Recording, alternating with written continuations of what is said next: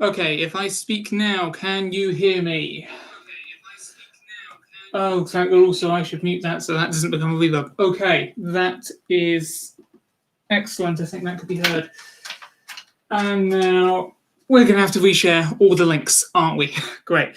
Sorry about that. If I don't know if the person who just joined was the person who was there previously. Yeah, I don't know if you're the same person who's just watching before. If you are, thanks for coming back. Yeah, there we go. Cool. Okay, we have audio again. We have camera. That was chaos for 6 minutes. You did not need that. I am going to have to share this now on all the other places where I shared the link before. So again, if we just both, I was going to wait until 10 past anyway, before properly starting. How do I find the link to this? Before properly starting anyway, to give people a go on. Why is YouTube, I think I said this last time, why is YouTube emailing me to say that the channel's gone live? Yeah, I'm the one who's controlling it. I'm the one who made it go live. But yeah, wait 10 minutes to see if people are going to show up. Oh, where can I find you? Okay, I think you're going to have to go from there. How are you doing, person who's kindly watching so far? I mean, actually, this wholly depends on whether you are someone who has a YouTube account or whatever, who can mark in the comments. But yes, hello. Yeah, so just going to copy this link. Come on. To tell people that it's all changed because I have set the microphone that I was trying to use. Apparently that just messed everything up. And just from at least what I could tell on my end, no audio was coming out. So that's annoying. Anyway, yes, new book is out. We're having fun with that. Lots of things to talk about. Extracts again. If you were here last time, then you kind of know the gist of what we're going to be doing. If you weren't, then yeah, we're just going to be alternating between talking about some behind-the-scenes stuff, chatting with you guys, and then again having extracts from the book itself to give you a taste of what exactly is going to be going on in this new installment in the series. I indeed have my drink here, because I'm probably going to be talking now for longer and to a greater extent than I've talked in the last few months combined together. So it's going to be slow, pretty sure. Oh well. All right. Once I've got this link spread out to all different places we shared, then I'll probably make a start.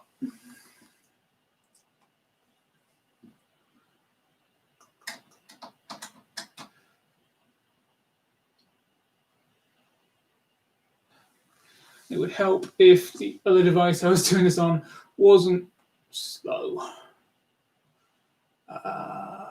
Events. Edit. I would have liked to have some music on or something in the background, but again, I don't think my very basic webcam setup is really designed to do that sort of thing. And also the one other time that I mean, as I mentioned in the pumpkin carving video, if you watch that one, the one other time that I have put music into anything, I mean, quite understandably, got copyright claimed. Not that I'm making money or any of this anyway, so it didn't really matter to me. But yeah, I just don't want to have to, like, from my point of view at my end, it's a tiny notification. But okay, so that's...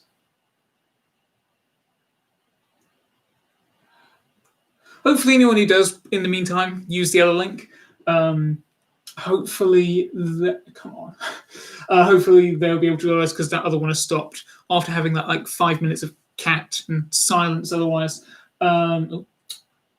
Hopefully they'll think to look at the channel and spot there's another one going live. Okay, that's the Facebook event updated. Now we just need to go to Discord. Right, someone else, that's fine. Possibly because people, I mean, I don't know. Can't assume people are going to join for this sort of thing, but if we had a few last time. That was weird, actually. Last time, kind of after the fact, the stream ended up being at the time, one of the more viewed videos on the channel, which I was surprised by, considering that it was 2 hours long. I mean, it's to do with the book, so I guess it makes sense. But other than like the welcome to the channel, letting the cat out, and the kind of overview of Gift of the Manson, that was one of the videos that had that had a lot of views to it. With different notification. What was I saying? I've completely. Oh yeah. Well, when I'm recording the videos, it's not like I'm thinking about, oh, they're specifically going to be this length, so I'm trying to tailor them in a specific way. They turn out the length that they turn out. But when it comes to editing them, yeah, I do kind of bear in mind that obviously trying to gauge from the kind of view counts different videos are getting, if in any way it maybe does have to do with like the duration of the video, the length of the video, if people are more likely to click on it or not, have been trying to, trim them down to just reduce the watch time, or not watch time, but the overall run time a little bit. For people more accepting to like watch a 15-minute video as opposed to a 25-minute video, something like that. But again, then you just have these curveballs where, I say, the stream ends up being one of the highest ones, and the Stargate video for the other week, again, that had more views than a lot of my recent videos. I don't know. We'll just have to try to play it by ear. And of course, it's not only going to be judged by the duration, is it? It's going to be the content matter as well. But still, in case it is a factor. Come on. There we go.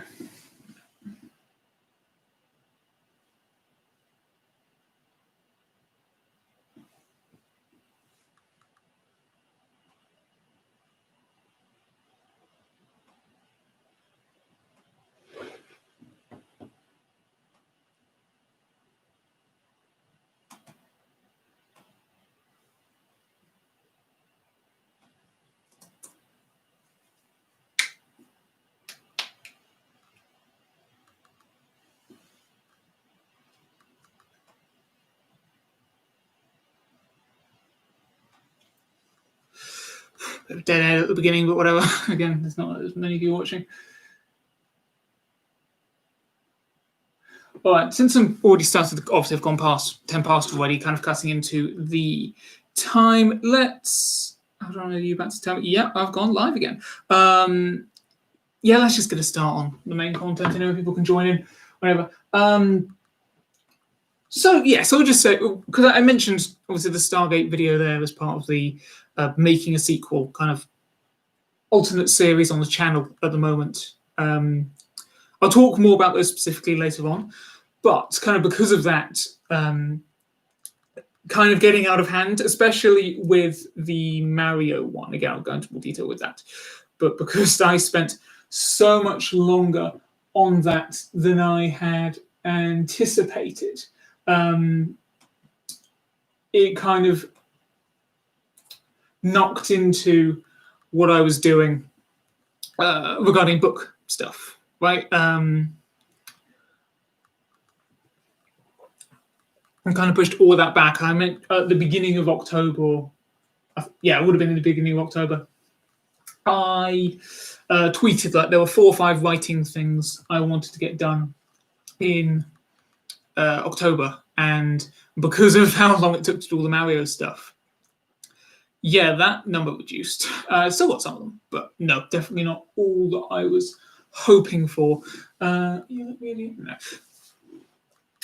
So because again, everything's been pushed back, and so kind of that, and the fact that kind of I had in my mind, I wanted to wait until I had received the royalties from the first book before I started kind of preparing the second. I don't know if so the original one, I'm pretty sure I would have, that there's like a 2-month grace period before you start receiving royalties from whatever you have on Amazon. So I was kind of waiting for the end of October to kind of get that in and then start on Archk of Angels. I'd already been editing and so forth for a bit, but then doing all the other stuff, like getting the cover art and whatever. Was a little bit of a mistake because I did kind of push things a little bit close to the line. There we go. Cool. It was kind of very close to because again, I previously decided that I wanted everything to come out at. That was another place I need to put it, isn't it? I previously was going to have it come out at 3-month intervals, kind of the last Saturdays of, since the first one was August, then it'll be last Saturday of November, February, and May, because that's having it over a full year. Yeah, so I kind of already determined, like, yes, I'm going to have book 2 out on the 28th of November, today. Just kind of working with that from the beginning, but of course, that didn't. I could have. Oh, we've got a few more people joining. Excellent. Hello. Yeah, I was just. Hello. If you have kind of YouTube accounts or whatever, can message in the group chat and say hi. If not, just hey, thank you for joining us anyway. Yeah, as I was saying, because I kind of pushed myself back with all of some of the other longer videos on the channel, and because I was waiting, I chose to wait before I'd receive royalties from the first book, before I started kind of doing the proper preparations beyond editing for the second book. I kind of left things a little bit late because I already decided it's going to be 28th of November was when it comes out. So as such, I think the main thing that kind of deals with is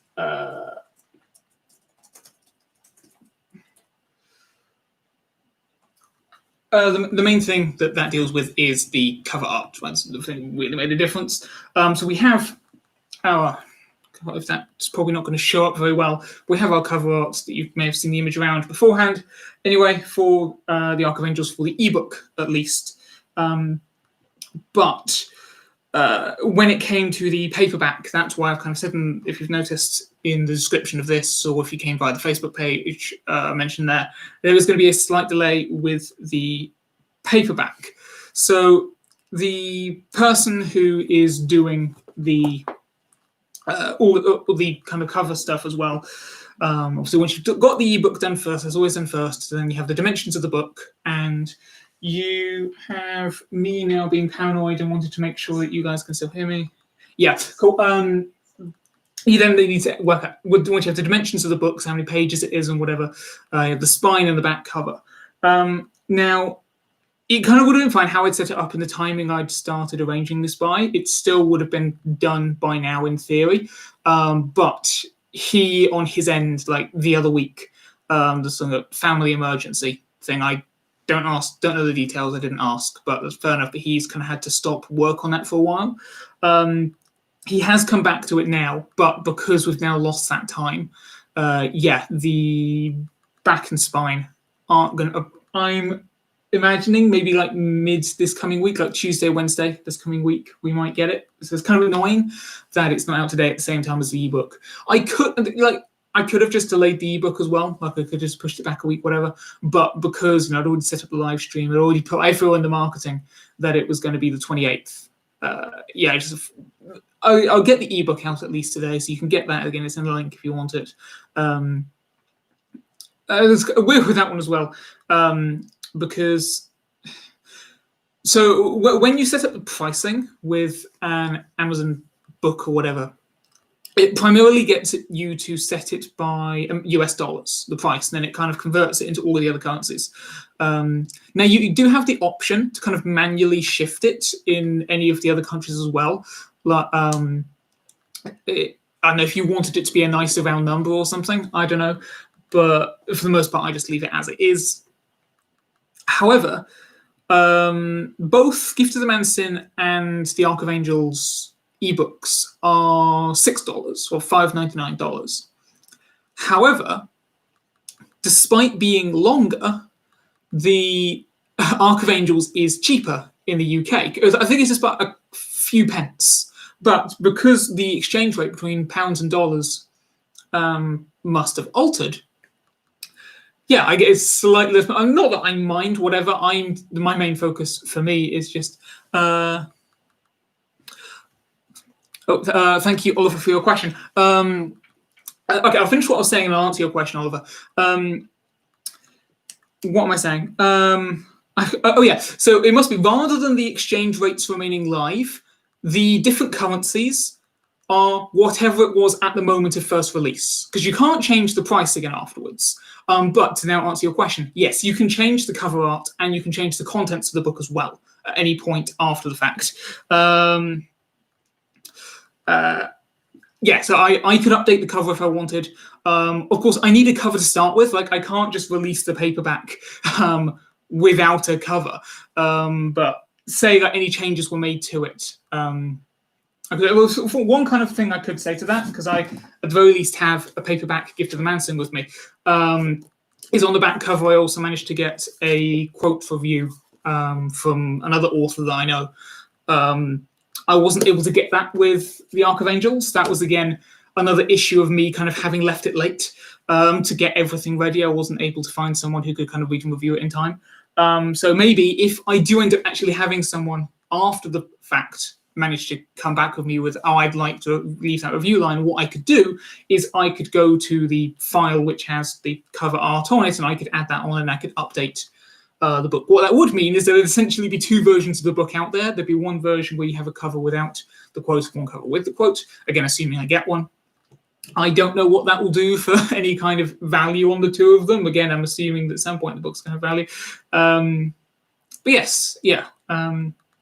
Same for, like, if there was anything like a typo or whatever, I, in theory, could quickly change that and re-upload the content of the book and then republish it. There would still obviously be all the ones that had been printed beforehand, but all the new ones wouldn't. I don't know how it works with the ebooks. I don't know if it would automatically update any changes, or if it just kind of stays as I imagine, because it's a digital thing, so long as you're like connected to the internet, it might be able to send an update signal and change whatever needs to be changed. But yeah. Just the other thing I'm going to talk about here. I'm going to talk about here before I go on to the first extract, because I'm running slightly behind because I had to restart the stream for anyone who was here at the beginning may have noticed. So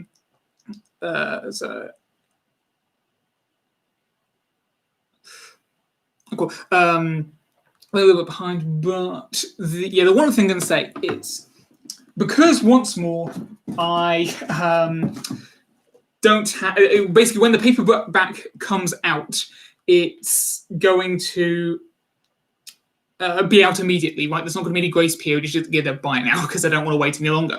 What that does mean is that compared to last time, I'm not going to be able to get an author copy pre-order. So obviously you have your main book, technically it's my mother's copy, but as the author, like before the release, I could, and I thought this is well, I got this version which has a very nice not for resale printed all around it. So, I mean, I completely trust there's not going to be any mistakes and error, right? It's not going to be like the cover was all messed up or whatever, or everything should be fine. Because, again, Amazon allows you to preview, obviously not like a 3D model, but you can go through and make sure that this is how it's all going to look on the pages, and you can check that. So nothing should go wrong there. So there's no kind of point in me having that. The question becomes, do I still get an author pre-order copy anyway to have the set? Do I get it just for the sake of ultimately having all of them a version which has the not for resale sign on it? Because, again, I don't know, in the future, maybe that will be a novelty thing because I'm technically the only one who has those copies. No, it was just something to consider. All right. Well, okay, yeah, so jumping a little bit, I'm going to get onto the first extract then, again, because I don't have the paperback preview version anymore. I've instead got the extracts I'm going to be reading on tablet instead. So we're just going to head. Whereas before in the Gift of the Manson stream, the first extract I did was from the first, literally just the opening of the book. The problem here is that, obviously, because I wanted to be able, the books to be able to be read independently of each other. Obviously, because it's a series, you'd imagine people are going to read them in order, but in case someone picks up the books in any random order, or maybe they hadn't read the previous installment in ages. Again, this is one of the reasons why I was adamant of getting the books out every 3 months, because they're already basically ready, but the content-wise, they just need to be proofread once more and get the cover and stuff. So there isn't that much delay for the readers, but you kind of keep the hype going. But because of that, kind of the openings of the books have integrated into them basically, your basic just catch you up on what has happened previously. So that means if I was to read from you like from the first chapter, like I did last time, I would be giving you loads of spoilers for the first book, which I don't want to do in case some of you haven't read it. So we're going to jump ahead a little bit actually into kind of the middle bit of the first bit of actions book. So what we find here is you have Philip and Noah, who are two Mansins. So these are people that have had their DNAs altered by a substance called Zhang, which we as humans might reinterpret as like dark matter or prima materia, a few other terms like that. And that's given them abilities to manipulate reality around them to an extent. And they've been given these abilities by kind of the otherworldly brethren lords who exist in a higher dimension, so that in theory they might enact their will and be their emissaries on Earth. But kind of as events have gone on, you've now got the Mansins trying to actually understand exactly what's going on in all of this and doubting whether the lords are actually there. Philip is at this stage in the stories kind of split mind, partly because of active brainwashing, but he's kind of flipping backwards and forwards on whether he thinks the Brethren Lords are good or bad. Noah is adamantly against the Brethren Lords at this point. So, the floating station was built in the shape similar to that of a mushroom. From out of the sea rose a wide cylinder of bland grey metal, and on top of that sat an enormous dome, which contributed to most of the height. The surface of the dome appeared to be dotted with regularly shaped bumps. Above that was a ring of pylons, from which the shields seemed to be flowing, and another, albeit much thinner, cylinder that bore gaps which exposed the pulsating, glowing goings-on within. Noah brought the yacht in closer to the base of the station, looking for a place where they could enter. As they approached, the lip of the dome loomed over them, casting the boat into shadow. Philip watched the metal rim travel over their heads, and when he couldn't tilt back any further, he looked ahead at the upcoming wall, in doing so spotting what Noah had not, an opening in the curved metal, growing wider by the minute. Just note, I'm not about to attempt an American accent. Noah's American, I'm not doing that. Once he pointed this out, Noah commented, "Well, so much for the element of surprise. I thought we lost that when we were let through the shield." True. Ignoring the possibility that thus meant they might have wasted this entire conventional journey rather than just getting closer more immediately, Philip stared at the opening, seeing that it led into a sort of harbour with walkways on either side. Again, Philip made Noah aware of what he'd seen, and in turn Noah suggested what they should do. "I don't think that we should be on the boat when it comes in. I say we jump to that walkway via transit as one, after which I will go out of phase. They must think that it's you coming, so if we do things that way, they'll have a higher chance of assuming you're alone. If they come to get you in the bay, they'll only detect one transit residual energy signature, and they'll only see you, that acting as confirmation rather than leaving them to ponder more." Philip mulled this plan over for a second. It would get him inside, and they wouldn't see Noah and think he was a traitor. Having judged how wide the walkway was from some distance away, it was lucky that they had landed in the middle rather than halfway through a wall. Noah immediately disappeared out of phase. Thus, Philip ended up looking straight through him at the yacht, now drifting towards the bay. The hissing of an airtight door opening made Philip turn to face the end of the walkway, where a section of the wall was indeed pulling away to reveal a group of figures standing in the gloomy corridor beyond. Philip took a step towards them, not wishing to look frightened or weak, and at the same time they moved into the open. These figures were only slightly taller than the average man, with plaited light blonde hair, and were dressed in suits of dark leather. Their skin looked as if it could have once been human, but had since gone off a long time ago. They marched towards him in tight formation, all in perfect synchronization, led by one with a tattooed face and pointing an alien-looking gun at Philip's chest. The barrel pressed into the zip of his jacket, and the wielder glared down into his stubborn eyes. "Did you come alone?" the thing spoke in a deep, rumbling voice. "Does it look like I came with anyone else?" Philip retorted, mimicking looking around for a fictional companion, or so it appeared to them. The one corner of the creature's mouth curled into a sneer. you are to come with us to the interface. Whatever you say. Philip raised his hands in a far from serious manner, allowing him to be taken inside. Once in the dull metallic corridor, two of the creatures took the lead, and Philip ended up encircled by his captors, the gun barrel now putting pressure onto his vertebrae. The corridor was lit by light squares in the ceiling, which were too weak to illuminate fully what lay beneath them. Not so long after, just when Philip had lost all hope of something interesting happening, his escort brought him out onto a kind of crossroads, a point where more corridors of a similar blandness came together around a computer console he guessed it must have been. The man, which should have been a fair enough descriptor, now leading the party, approached the console and punched in an access code. Immediately after his code was accepted, a holographic representation of another worker at some other console burst into the air. Jeremiah Whitehead, requesting root clearance to interface. He spoke briskly and audibly, like I just didn't. Ronald Smith, granting Jeremiah Whitehead, please follow the path provided, was what the hologram said in reply. As soon as it permitted his captor permission to the interface, its image was wiped and replaced by a three-dimensional map of this section of the complex, upon which a twisting line of corridors had been highlighted bright pink. The one called Jeremiah plugged his hand and wrist into a slot onto the console's side, and the map disappeared. When Jeremiah withdrew his hand, Philip saw their root glowing on a screen strapped to his forearm, the representations of doors opening along that specific digital path.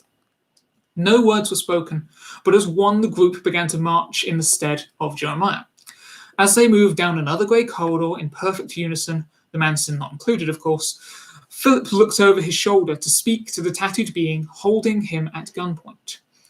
Where did you get their names? They're very human. Our group designation derives from those men who gave us life, he replied, and our individual designations were chosen from the general populace. So you would be... My designation is Ezekiel Whitehead. Philip frowned. I wouldn't have thought that was found in the general populace. It was when we were born. As they continued to parade around the corner, Philip wondered from what time they could have come. So when do we get to meet Grile, who's the head of the Brethren Lords? It should have taken an impossible amount of persuasion to... For context, we're now shifting scene to the towers where the Brethren Lords live. Again, so you've got Grile as the main Brethren Lord. You've then also got Stark, Petty. We'll get there. We're now shifting ... Asterisk says shifting location. It should have taken an impossible amount of persuasion to get Stark back orbiting the rift in the shuttle, but when you're Grile, it doesn't take much at all. Now, having been reassigned here by the most senior of Brethren Lords, Stark was piloting the shuttle over the incandescent light of the rift with Lord Mordrin Myrna, youngest of the Brethren Lords, in the co-pilot seat. Unlike the last time he was here, Stark was constantly checking the radar. The fear invoked by the Maelstrom-class warship's appearance hadn't fully left his system. The bridge satellite's almost to the other side. Mordrin read off a small square screen by the side of his chair. What? Stark said, as if coming out of a trance, tearing his eyes off once again from the radar. Oh, good. Mordrin was not blind to the fact that this fellow lord was acting more peculiar than usual, and would more than have liked to have discussed whether it was that was eating him up. Up until recently, he himself had been keeping more to himself the idea that there was something wrong with Grile, and he was aware that it had affected his behaviour. However, their mission was far too important. Also, they were told to not receive his undivided attention. Signal is at 96%. No, wait, 72%. 43%. Mordrin continued to read aloud, bewildered at what he saw upon the console. And fluctuations in the interdimensional barrier will affect how much of the signal we receive, Stark rationalised. As long as we get the data we need, shouldn't matter. Changing scene again.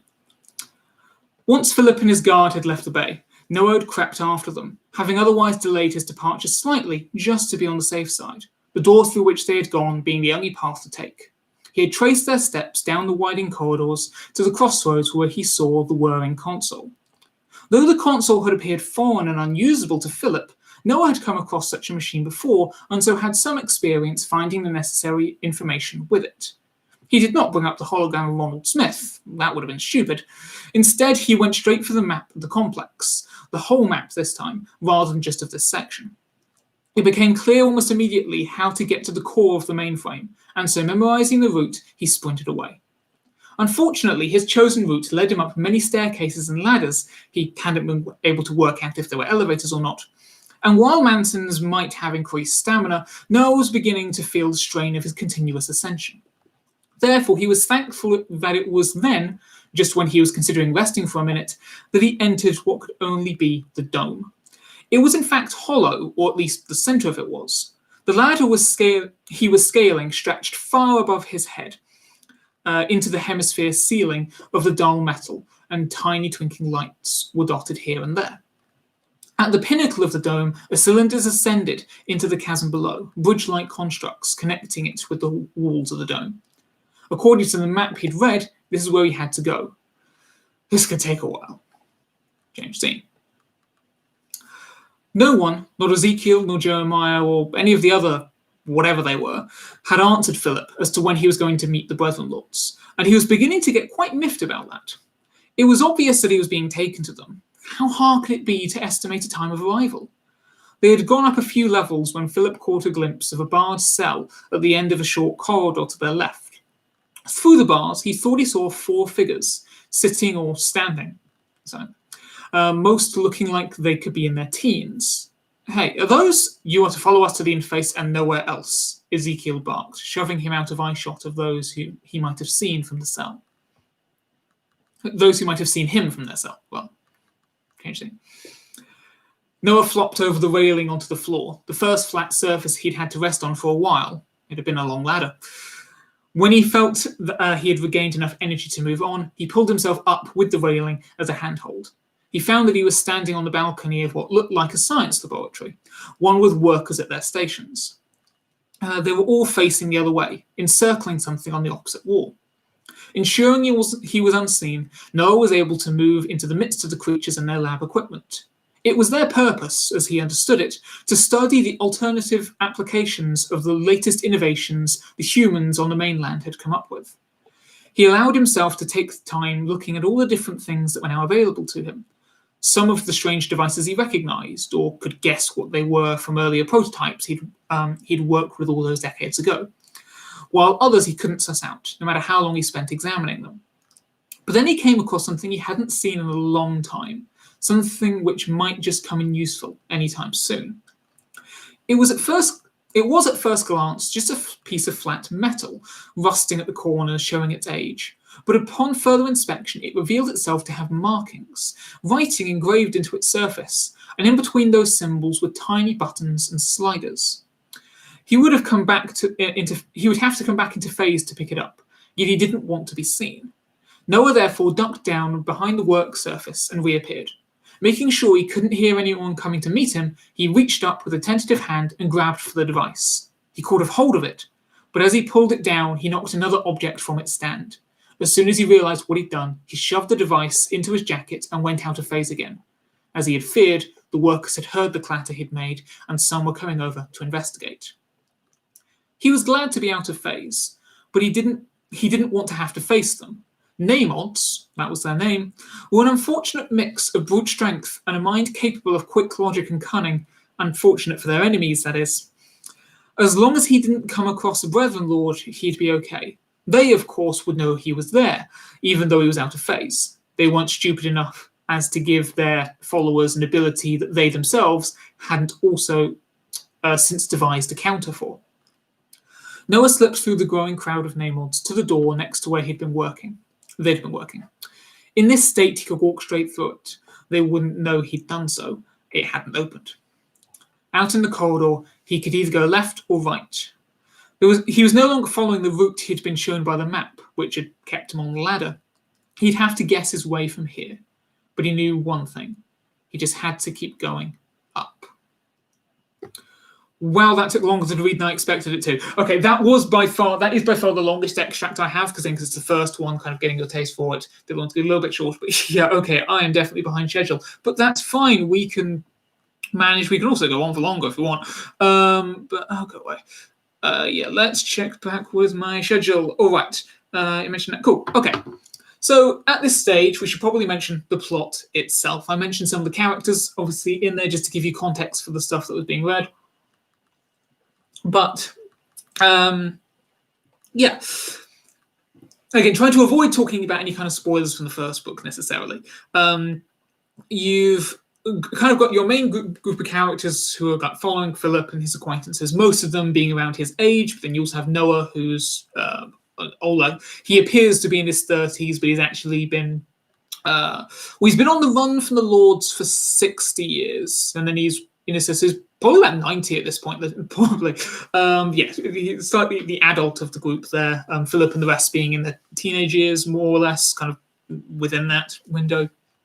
And you've got the Brethren Lords, who again, they are part of this whole larger backstory that I'll be kind of mentioning again a little bit later, involving all these different powerful races across the cosmos and the multiverse that are kind of in a little bit of a Cold War state, to put it simply. And what the Brethren Lords are doing is they are kind of manipulating human history. So the history as we perceive it has been their version of it. So they're kind of pushing us to make certain scientific advancements here and there, so that will soon, from the point of view of the books, because again, these are set in 2016, from around that point, Earth would be ready to be weaponized by them. And again, because they can't really exist on Earth themselves. There are certain conditions under which the Brethren Lords can come to Earth, but it's not the most efficient for ruling things or controlling things. They have the Mansons, these humans that they've kind of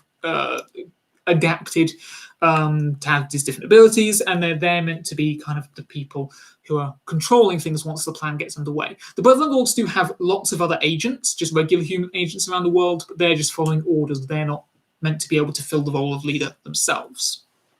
So as the time we get to this book, we're still kind of Philip's group, kind of with bar Philip himself, who again is kind of going backwards and forwards on what he thinks about the Brethren Lords. The rest of them kind of against them and trying to, honestly, they're just trying to get to safety. They kind of keep getting into trouble and trying to get away from that. But Noah is trying to get them onto this course. Hello, whoever just joined.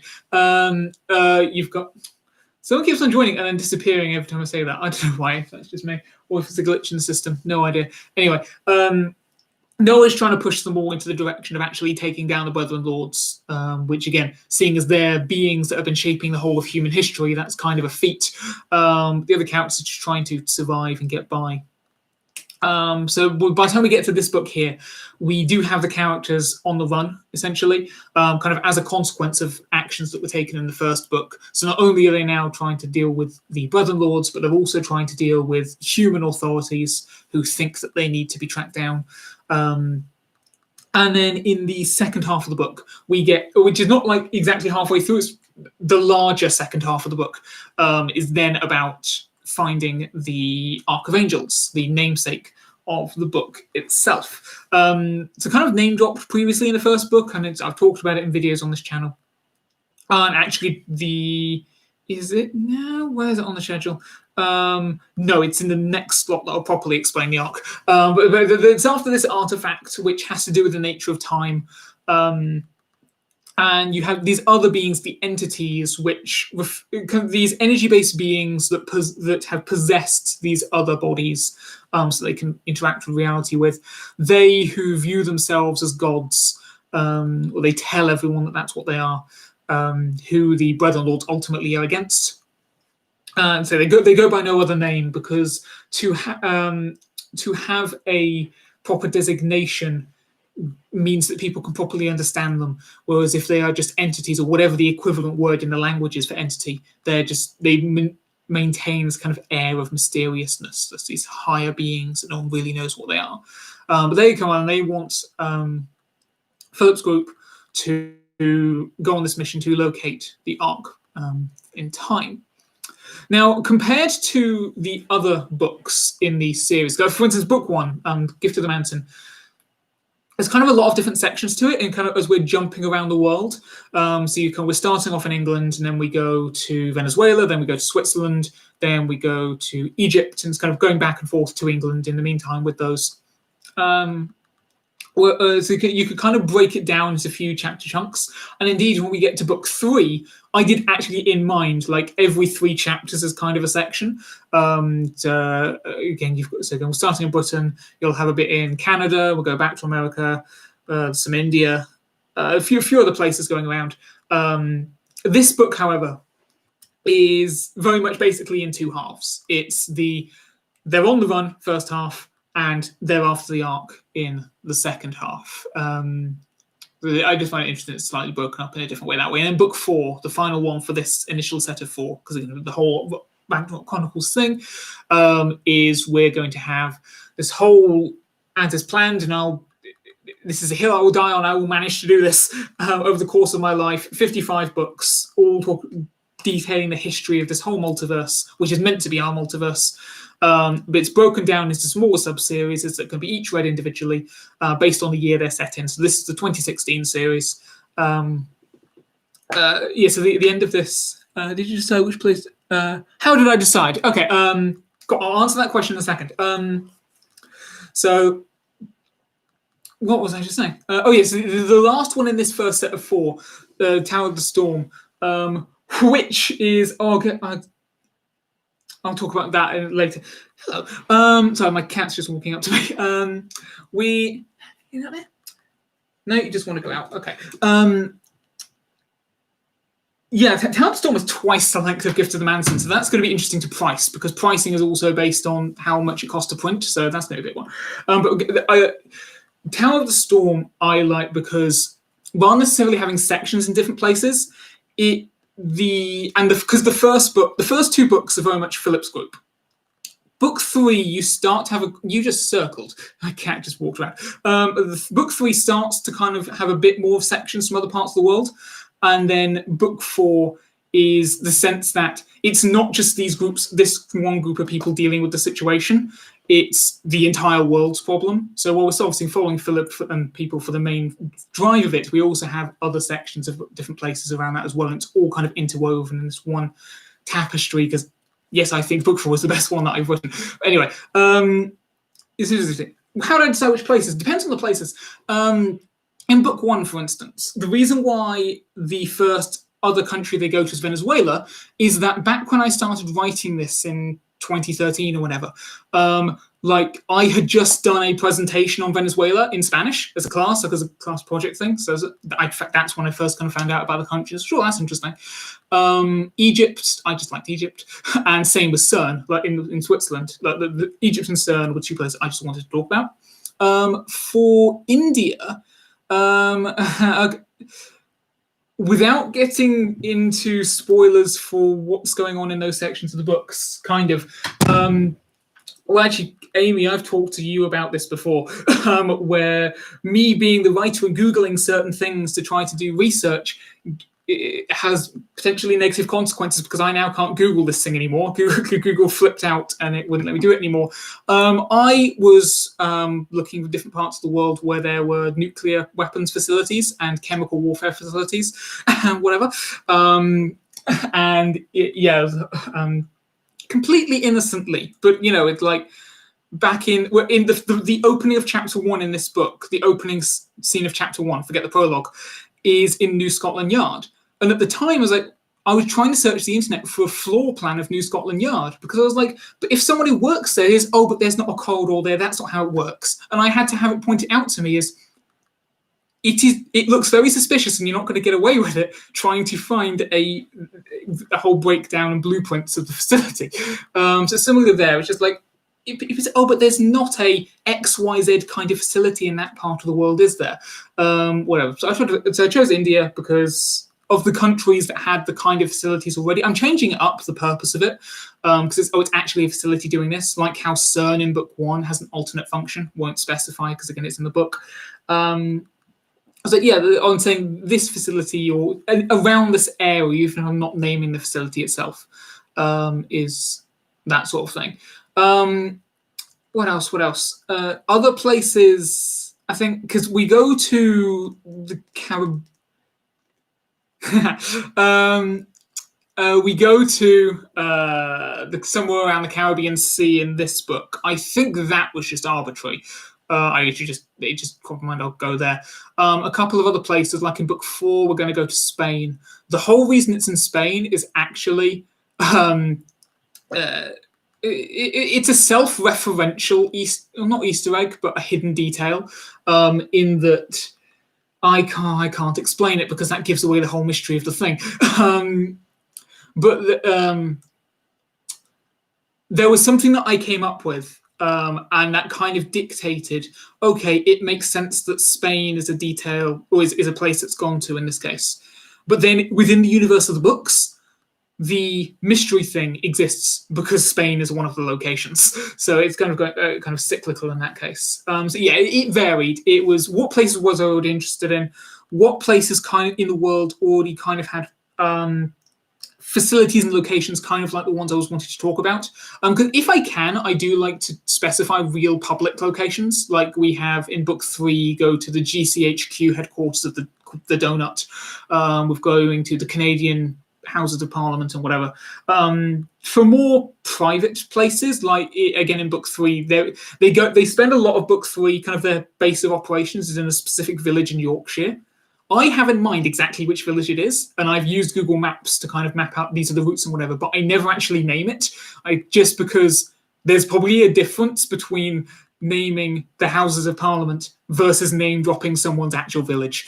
So it's I draw the balance there. Whereas some places, the least probably real in my head, but will. I've forgotten exactly what the direction of the sentence was, but whatever. Yeah, to answer your question, yeah, that's where the locations come from. How much fine? You know what? Yeah, I don't really need to say that point. Okay. Let's probably best move on because again, we're slightly behind schedule. Not that matters, but let's go with it.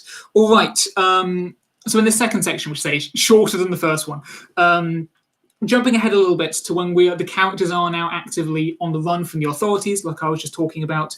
So Noah and Philip have now been reunited with the other characters. So you've got Tony, Carrie, Eve, and Jimmy, who are the other kind of similarly aged ones. Again, for whatever reason, I didn't specify the ages of the characters, I don't think, in the book itself. I think because it would keep it slightly nebulous and people around those kind of teenage years could maybe say, oh, it's like them. But in my head, Philip, Tony, and Carrie are 15, Eve is 13, and Jimmy is 10 or 11. I think that's how I imagine it. And then again, Noah appears to be in his 30s. Anyway, so they're on the run at this point.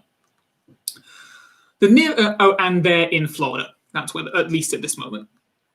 The nearest shops were some distance from the house, but as Tony only knew some theory of driving, he had to walk all the way, dressed in the best fitting of what clothes Noah had managed to acquire in a hurry back before they took their boat. None of them had been too happy with what they'd been given to wear, so his expectation was that by the time he got back, their own attires should have been washed to a suitable enough degree to be put back on without too much further delay, even if they weren't perfectly dry still. When he got there, at last, it dawned on him that he'd have to make the journey again, but he drowned that depressing thought by concentrating on the shopping at hand. The group, bar Philip, who had not re-emerged from his chosen bedroom, had pulled together what little change they had found in their apprehended vehicles, in the house, and on their persons, given what they'd pocketed on their journey. That pile of money was now jingling in his pocket, waiting to be spent. But there was no point in going into any of the supermarkets. There wasn't enough of the products in there, so we'd have to keep to the little stores on the high street. In one chosen convenience store, Tony glanced at the newspaper rack. He tried not to react to what he saw, in case anyone was looking at him.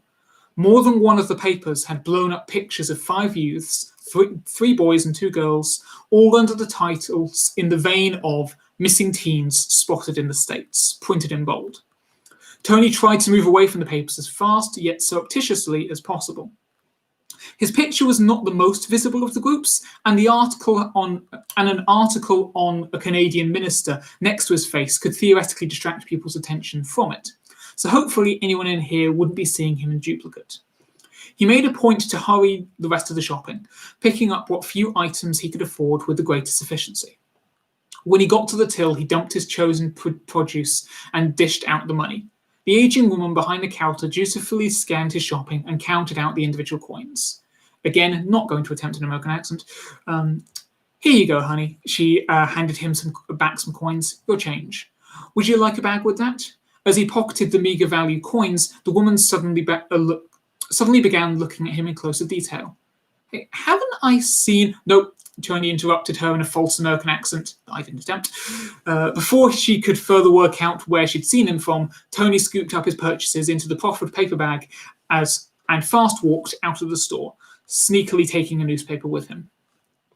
He dumped the bag on the damaged kitchen table as Carrie reached the bottom of the stairs, already, as he'd suspected, back in her original garb, now that it was rid of the remnants of the sea.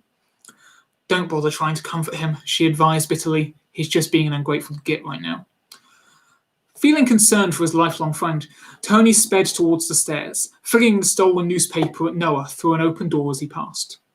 He found Philip sitting on the side of his bed with his head resting in his hands. What did Carrie want? Philip glanced to see who this next visitor was, and upon recognising Tony, answered, "Oh, for some reason she thought she tried to cheer me up. Despite the fact she's nothing but a stuck-up, annoying... Well, she's gone now," Tony reminded him before he could get stuck in his Carrie cursing. He considered going up to Philip, but he wasn't sure if the Manson's possible emotional instability would permit him. He made a non-threatening... Oh, hey, Professor. Hey. Just reading an extract right now. Thanks for joining. Where was I? He made a non-threatening move towards the bed, and when his friend didn't show any negative reaction, he sat down beside him. I got a look at the food they have here, Tony started on a new line of conversation in an attempt to take Philip's mind off what was darkening it so. Boy, there's a lot. I don't see how anyone could eat this so much. The size of the food products I saw in the supermarket windows always made me miss our school dinners. He didn't know if he was expecting Philip to find this humorous, for their school dinners truly were horrendous. But Philip neither laughed, nor smiled, nor even showed that he'd heard. Tony pursed his lips. Look, Noah told us everything, and I think I understood most of it. It took a little bit to convince everyone, Noah showing some more of what he can do and the like. I can't pretend to understand all of what you must be feeling. However, I get why you do. Those aliens tricked... I hate all of them! Philip exclaimed out of nowhere. Do you mean us? Or the aliens? Noah asked, not sure if he wanted to hear the answer. Why do they have to go and make life so much worse? Still not sure who you're talking about there, Tony pointed out. Philip groaned and cupped his hands. I have no true friends. Anyone near me only cares about themselves. Tony felt slightly hurt about this. You still have me. Philip turned his gaze at him with tear-strewn eyes. Yes, I do. Sorry. It's my fault that you're here. They would have no reason to go after you if you weren't my friend. Tony patted him on the back in what he hoped was a comforting manner. It's okay. Anyway, it beats the summer holidays where I have nothing to do. And I've always wanted to go to America. Yeah, Philip chuckled shakily. Is that what you'd like to do? You could stay here, explore the States, enjoy the sights. Would that make it up for you? Tony suddenly remembered what he'd found out, and his blissful happiness shattered like broken glass, his face faltering with it. Philip saw this, he too thus losing his upbeat feeling. What is it? Tony didn't know how to put it. You'll probably want to speak to Noah. Intrigued and angered at the same time, Philip shot to his feet, and before Tony could react, he was out of the door and on the stairs. Tony let down the steps, two at a time, to catch Philip as he stormed into the living room, although on second thought he decided that perhaps now was the time to step aside and find where he could change outfits again. What's happened? Philip demanded to the room in general. We've been seen. Noah broke the news bluntly. How do you know? Noah held up the newspaper. Listen to this. The 5 British adolescents who went missing after a possible terrorist attempt last week are thought to have been seen sailing off the west coast of Florida yesterday. Blah, blah, blah. Were soon afterwards spotted in a car driving towards Fort Myers. Also, seeing with the adult Caucasian male, he is likely the real kidnapper or terrorist ringleader. So if you come across him, you should not make contact, but rather report the sighting to the police. We understand that we have no picture of this man, but witnesses claim he has messy black hair and is also quite tall as compared to the teens. So any stranger in the area of Fort Myers matching these details could be him. He put down the paper again, sighing. I don't like this, Jimmy whined. I want to go home. We can't, Eve explained in an exasperated tone, her own view on the matter having been finally swayed. Mr. Mason said so. Not only would those lords be able to track us, but we'd be held by the police and demanded to tell on Philip. We couldn't exactly tell the truth. How do you think people would interpret our version of events? I think we were crazy.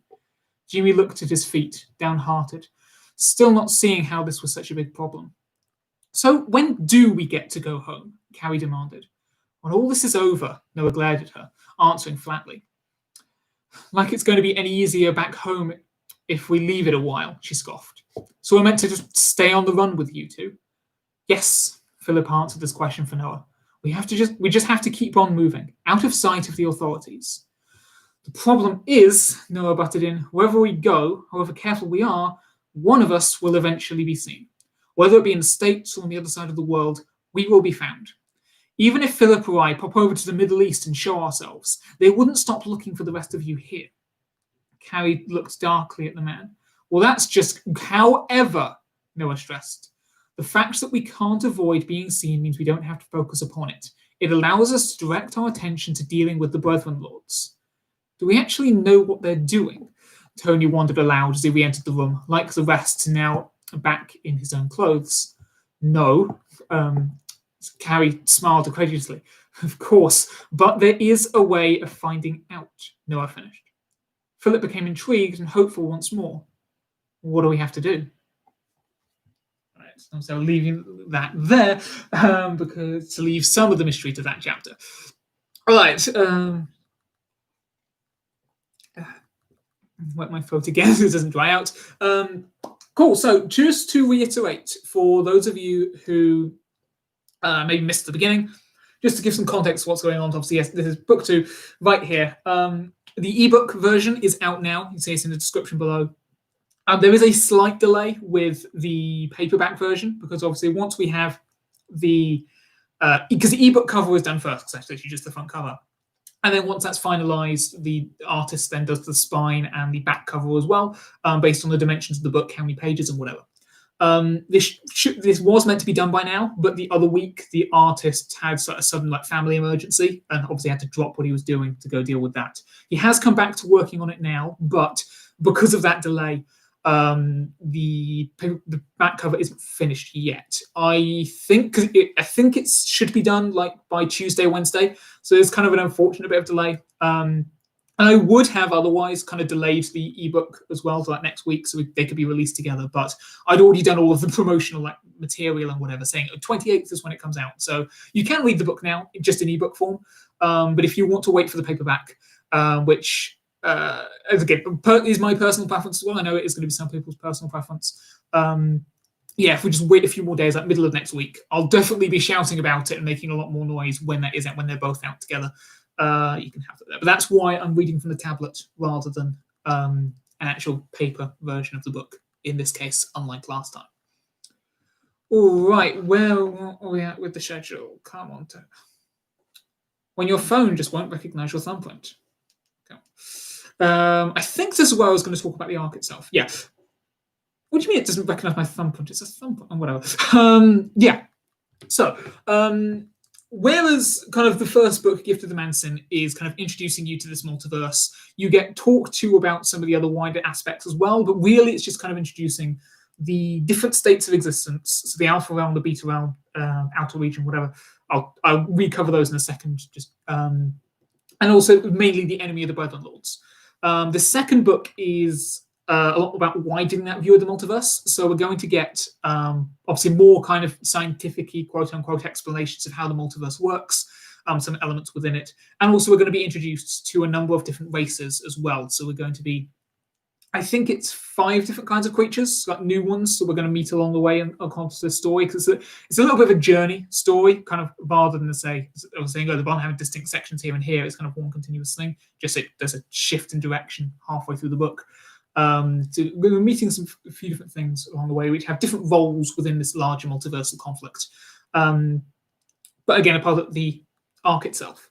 So the universe that we exist in, or the universes that we exist, the plane of existence, is the alpha realm. Now, how we perceive time, just kind of this flowing thing, is how the time works in kind of outside of our reality, in the outer region. Here, instead, the alpha realm is instead in loads of different bubble universes. I think it was like 870 followed by 24 zero universes, something like that. Whatever that number is, I don't know how to say it. But they're all completely static. And instead, the motion that we experience is actually our souls, our Borea energy, moving from universe to universe in quick succession. So it's basically like a universal scale stop motion film.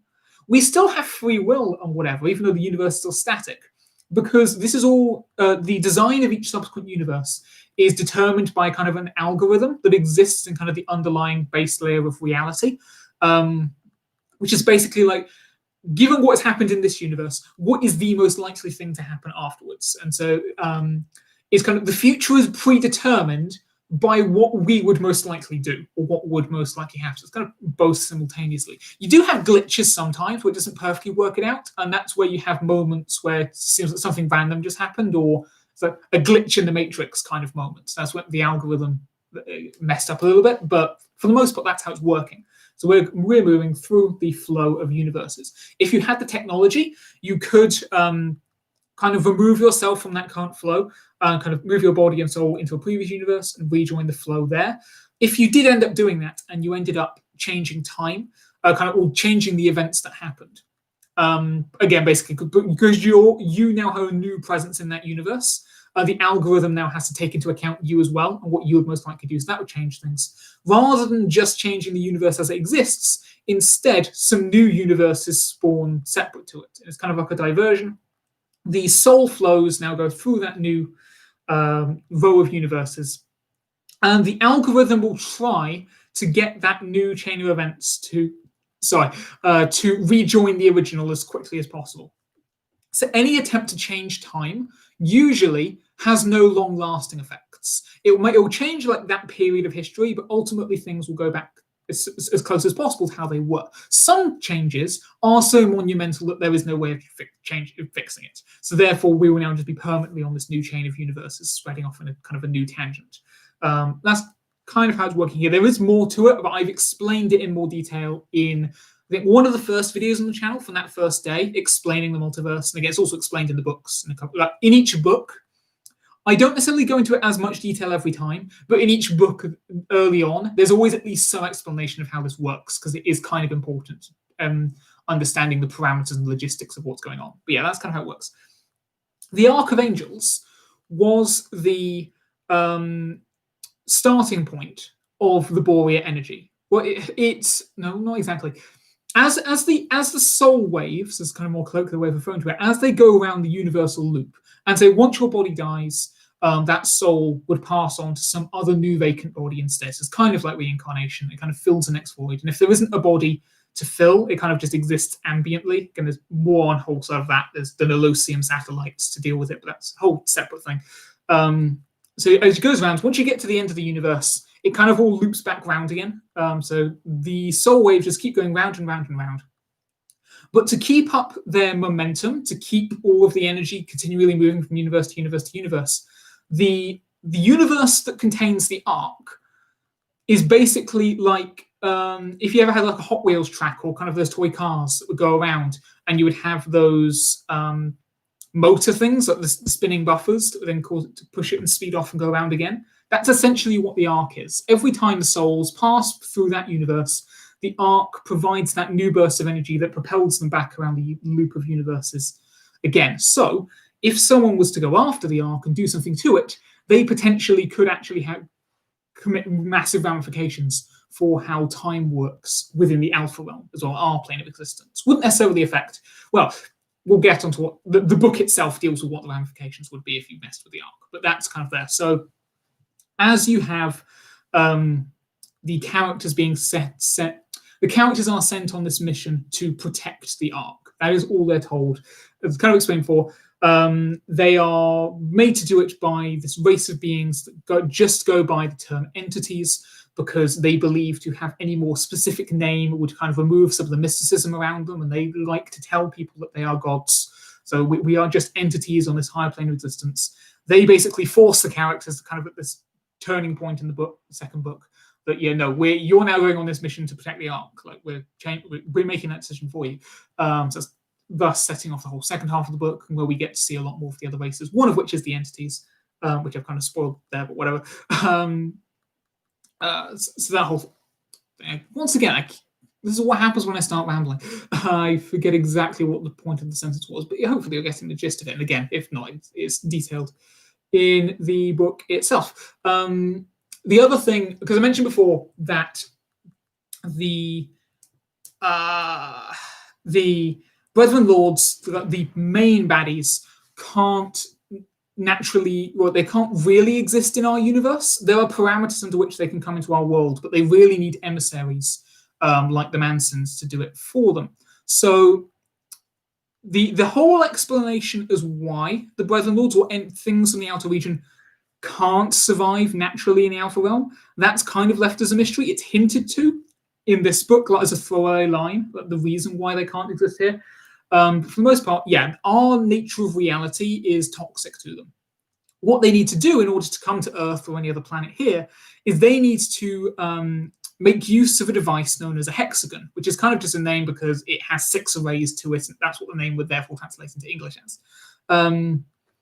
In my writing, there's kind of a mix of, are these terms going to just be regular English words that say, oh, it translates into English as this, or is it going to commit to being a weird alien word? There's kind of a mix there. Sorry if this camera's constantly auto-focusing. I've kind of been aware of it before, but I don't know if it's annoying to anyone. I can't get it to stop. Sorry about that. So they have these devices called hexagons. And what the hexagon does is it basically produces an artificial pocket of outer region reality. So again, the outer regions where the Brethren Lords come from, then they evolved to exist there. They were created to exist there. So by creating this pocket of outer region reality, they can kind of exist in the Alpha realm, however long they're in there. However, that pocket is then just within the single universe they appear in. It's not going along with the soul flow. So they can basically exist in a single moment of our point of view of time. And anyone who entered the hexagon with them would also kind of be taken out of time in kind of this static moment. And then once you got rid of the hexagon, they would leave again, and then that person would rejoin the flow of time. And again, there are explanations as to like how that impacts on the algorithm, again, that's determining the shape of the universe. But yeah, I see the viewer numbers. Just checking. Just make sure. Yeah, it is still audio. Cool. Just because I saw the numbers of people watching fluctuating there, I just wanted to make sure there wasn't an audio issue again. Like at the very beginning, for any of you, for like the 1 or 2 people who were there for my first attempt at this stream. But yeah, that's kind of how they can exist there. And again, there's more science about it in the books, but that's the general gist. All right, let's probably get on, unless anyone has any questions, let's get on to the next extract. So I just mentioned before that the characters are brought on to this mission by the entities. Kind of when this happens, there's something of an abduction scene. So they're taken on board the entity ship, and they're kind of being shown around and having things explained to them. And to be clear, so the bodies that the entities inhabit are 18 feet tall. So it's kind of like the characters surrounded by these giants as they're going around the ship. Philip was the last in the line of non-entities as they proceeded to their new destination. As such, he was amusing himself by trying as best he could to take ganders at the experiments he passed, taking a little time with no one behind him pushing him along. His tardiness cost him, For even his minor idleness meant he was around one particular table when a torrent of steam burst forth from the equipment above his head and sent him stumbling backwards onto the floor in a stunned state. He wasn't injured, but the uneven surfaces were indeed uncomfortable. Using the bumpy texture of the table leg as a handhold, he pulled himself to his feet. The entity at the workstation paid no attention to the insignificant little creature beside it. Yet, figuring it was best to not get into a conversation with the entity after all, Philip strolled on, making sure that he wasn't about to be bowled over by any more experiments, only to find that his friends had disappeared from sight. How could they have not noticed he was no longer with them? He began to jog down the corridor, looking left and right through every door for any sign of the group. The entities all looked the same, so searching for his guide was no path to take, yet in this place his involuntary company were almost minuscule, inconspicuous, or he was just looking in the wrong places. It was as this possibility was dawning on him that he thought he caught the tail end of a sentence, spoken in a familiar voice. He hadn't heard enough to distinguish who it was, but the tone, pitch, and intonation had certainly rang a bell in the back of his mind. It had not come from very far away. In fact, it might have originated from the next room down. In his eagerness, he stormed into the lab, hoping to be able to rejoin his party without too much asking of where it got to. But as far as he could tell, he had entered an empty space. The room was long in that it stretched out from side to side, but it wasn't too deep. As he peered around to see if they'd gone in either of these directions, he had a second's warning before some sort of weapon was fired down the room. Luckily, his instincts kicked in before he became victim of an arms test, and he dived through the wall out of phase. Obviously, he'd misheard. When out of phase, as your molecules are shifting around others so that you can move through solid objects, and even with light passing through you, a Manson can still feel the matter moving in and out of them. Due to how the Mansons were designed, they and anyone they brought with them could still make sense of incoming waves not associated with the closed-phased circuit, such as light and sound as they passed through them, even if they were out of touch with the matter itself, as well as being able to feel and interact with those objects or people within the circuit by means of phantom sensations. The former triggers a sensation not dissimilar to indigestion, and with the added pull on your molecules in the direction of the other object, should that object be moving, sorry, that was the end of the sentence. With the added pull on the molecules in the direction of the other object, should it be moving. It was this sensation that Philip felt after he tumbled through the wall and back into the corridor. He'd felt this way before when he'd passed through someone walking the other way in school, as well as on many other occasions. Yet this time there was no one to be seen. He whirled around to see who it was whom he had moved through. The corridor was as still as the grave. Changing scene. The entity opened yet another door to reveal another observation deck. However, this one, unlike the others, was designed solely with this purpose in mind, with seats lining the semicircular room whose curved edge was crystal clear. It was a place to relax and watch the multiverse go by. So why exactly is this better? Tony questioned their guide, running his hand along what he could reach at the backs of the seats as he stepped further onto the deck. I mean, besides the comfort, of course. It was true. Though there was a greater amount of window to see through, what they were seeing was pretty much the same as before.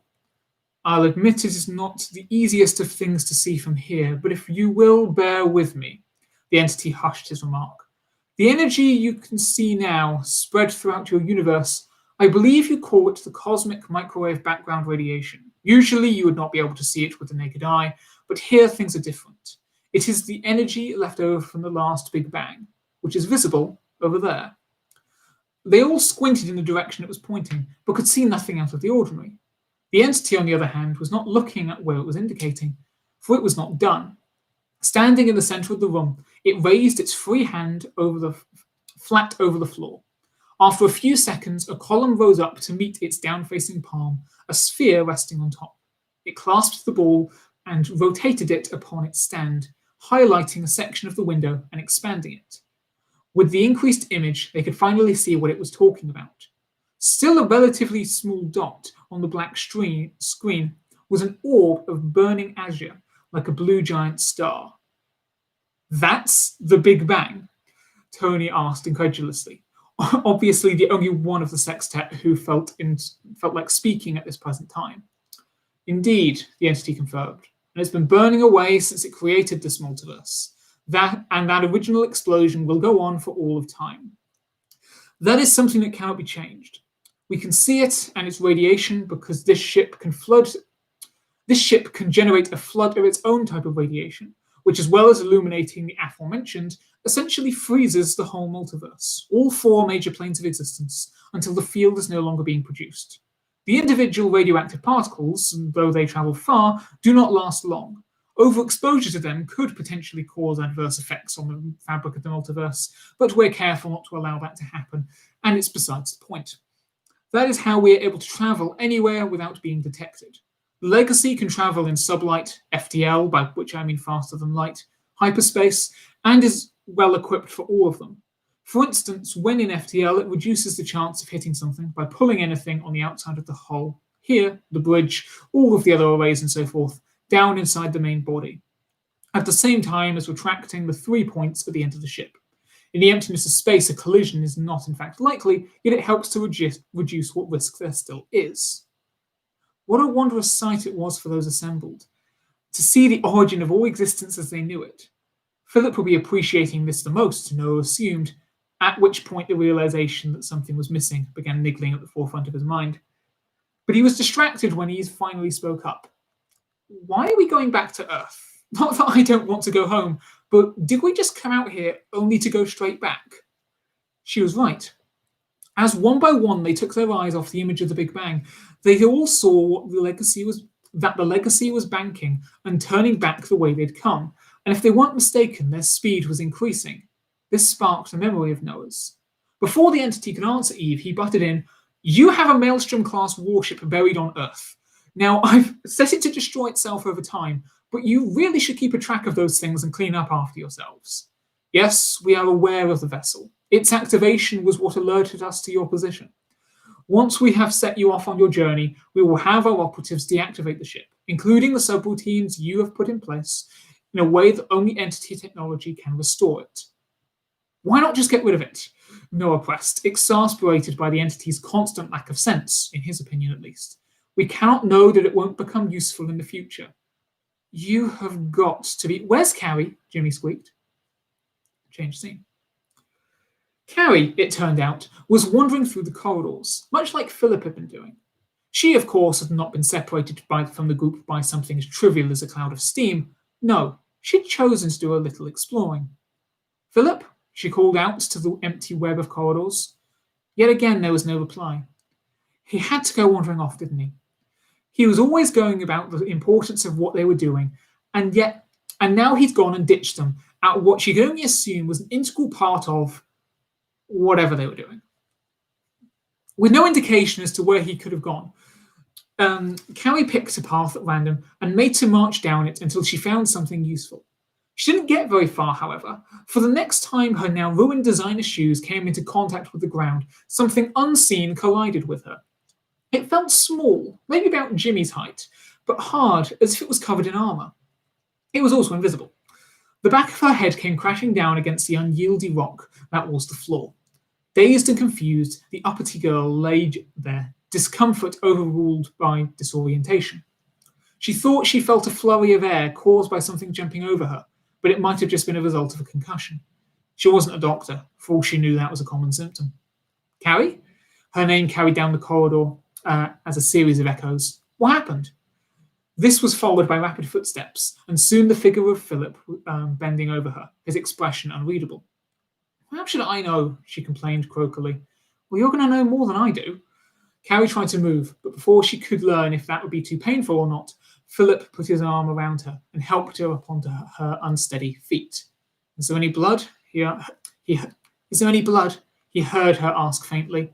I don't think so, was his offhanded reply. He wasn't really going to check closely. At a glance, it looked fine anyway. Where are the others? But this always happens when I'm speaking for a long time, and I actually heard some Twitch streamer mention it, so quite possibly it's a thing. It's not going to be unique to me. Whatever, speaking for a long time, nose just becomes really itchy. If anyone knows the biological reason for that, I'd like to know, because it's really annoying. When I was recording, is that the next? No, it's not next thing I'm going to talk about. Whatever. When I was recording the 2.5 hour Stargate video the other week. God, by most of that, I had to cut out so much of me pausing just to scratch my nose because it's so itchy. Oh well, it's not as bad as it was then. Right now, I mean. All right. So, I don't know if which charger is going to turn off which. I think I can afford to turn off everything here. Right. Not waste energy on the chargers because everything's fully charged. I don't know if anyone who is watching is from the GT Livers Discord server, because some people were last time. The Discord server, fans of the channel GT Live and Game Theory, all of that. But I've talked about there where there's actually one thing in this new book that I don't know what I meant. So when I do kind of the mythology and stuff with this, it's also, as I discussed in the videos, actually, I suppose I haven't talked about it much in the videos yet. But anyway, when it comes to mythology, because it's the Ragnarok Chronicles, there are certain cases where within the lore of the books, it makes sense that the words remain the same. Like the name Atlantis is identical. There's a couple of other things like that. But most of the mythological ties, the words are corrupted. Or rather, what words we have are corruptions of the real words. So who we think of as the goddess Hathor would actually be called Holthor or something like that. So it's just slight tweaks to the words. Well, some of them are slight tweaks, some of them are a little more, you have to pronounce it in the right way to get the connection. But I hope there's more of the more obvious ones than the less obvious ones. It just requires on you knowing the mythological words in the first place. So a lot of kind of the alien words and the sci-fi words come from that. Some of them don't. The ones that I came up like at the very beginning, back in 2013, when I was first devising this, there were certain words that were just I made sounds and I liked them. They don't have meaning, and I'll probably actually put up a list at some point of these are the words that don't have meaning because it's going to be a much shorter list. But for the most part, it's that. Character names as well. There's I could probably count on my hand like the number of characters whose names don't have some significance, not necessarily to mythology, or any kind of their name, if you know like the etymology, if it gives away their character or something. But it's just like in my head, I've got this name. It means something to me. And for the most part, most characters have names. But regardless, though, of if names are kind of mostly have meaning, but some don't, almost all numbers will. I am even more likely to give numbers significance than anything else, because I struggle to do random numbers. If it's things like time, then that's just going to be like, what do I think about the clock or whatever.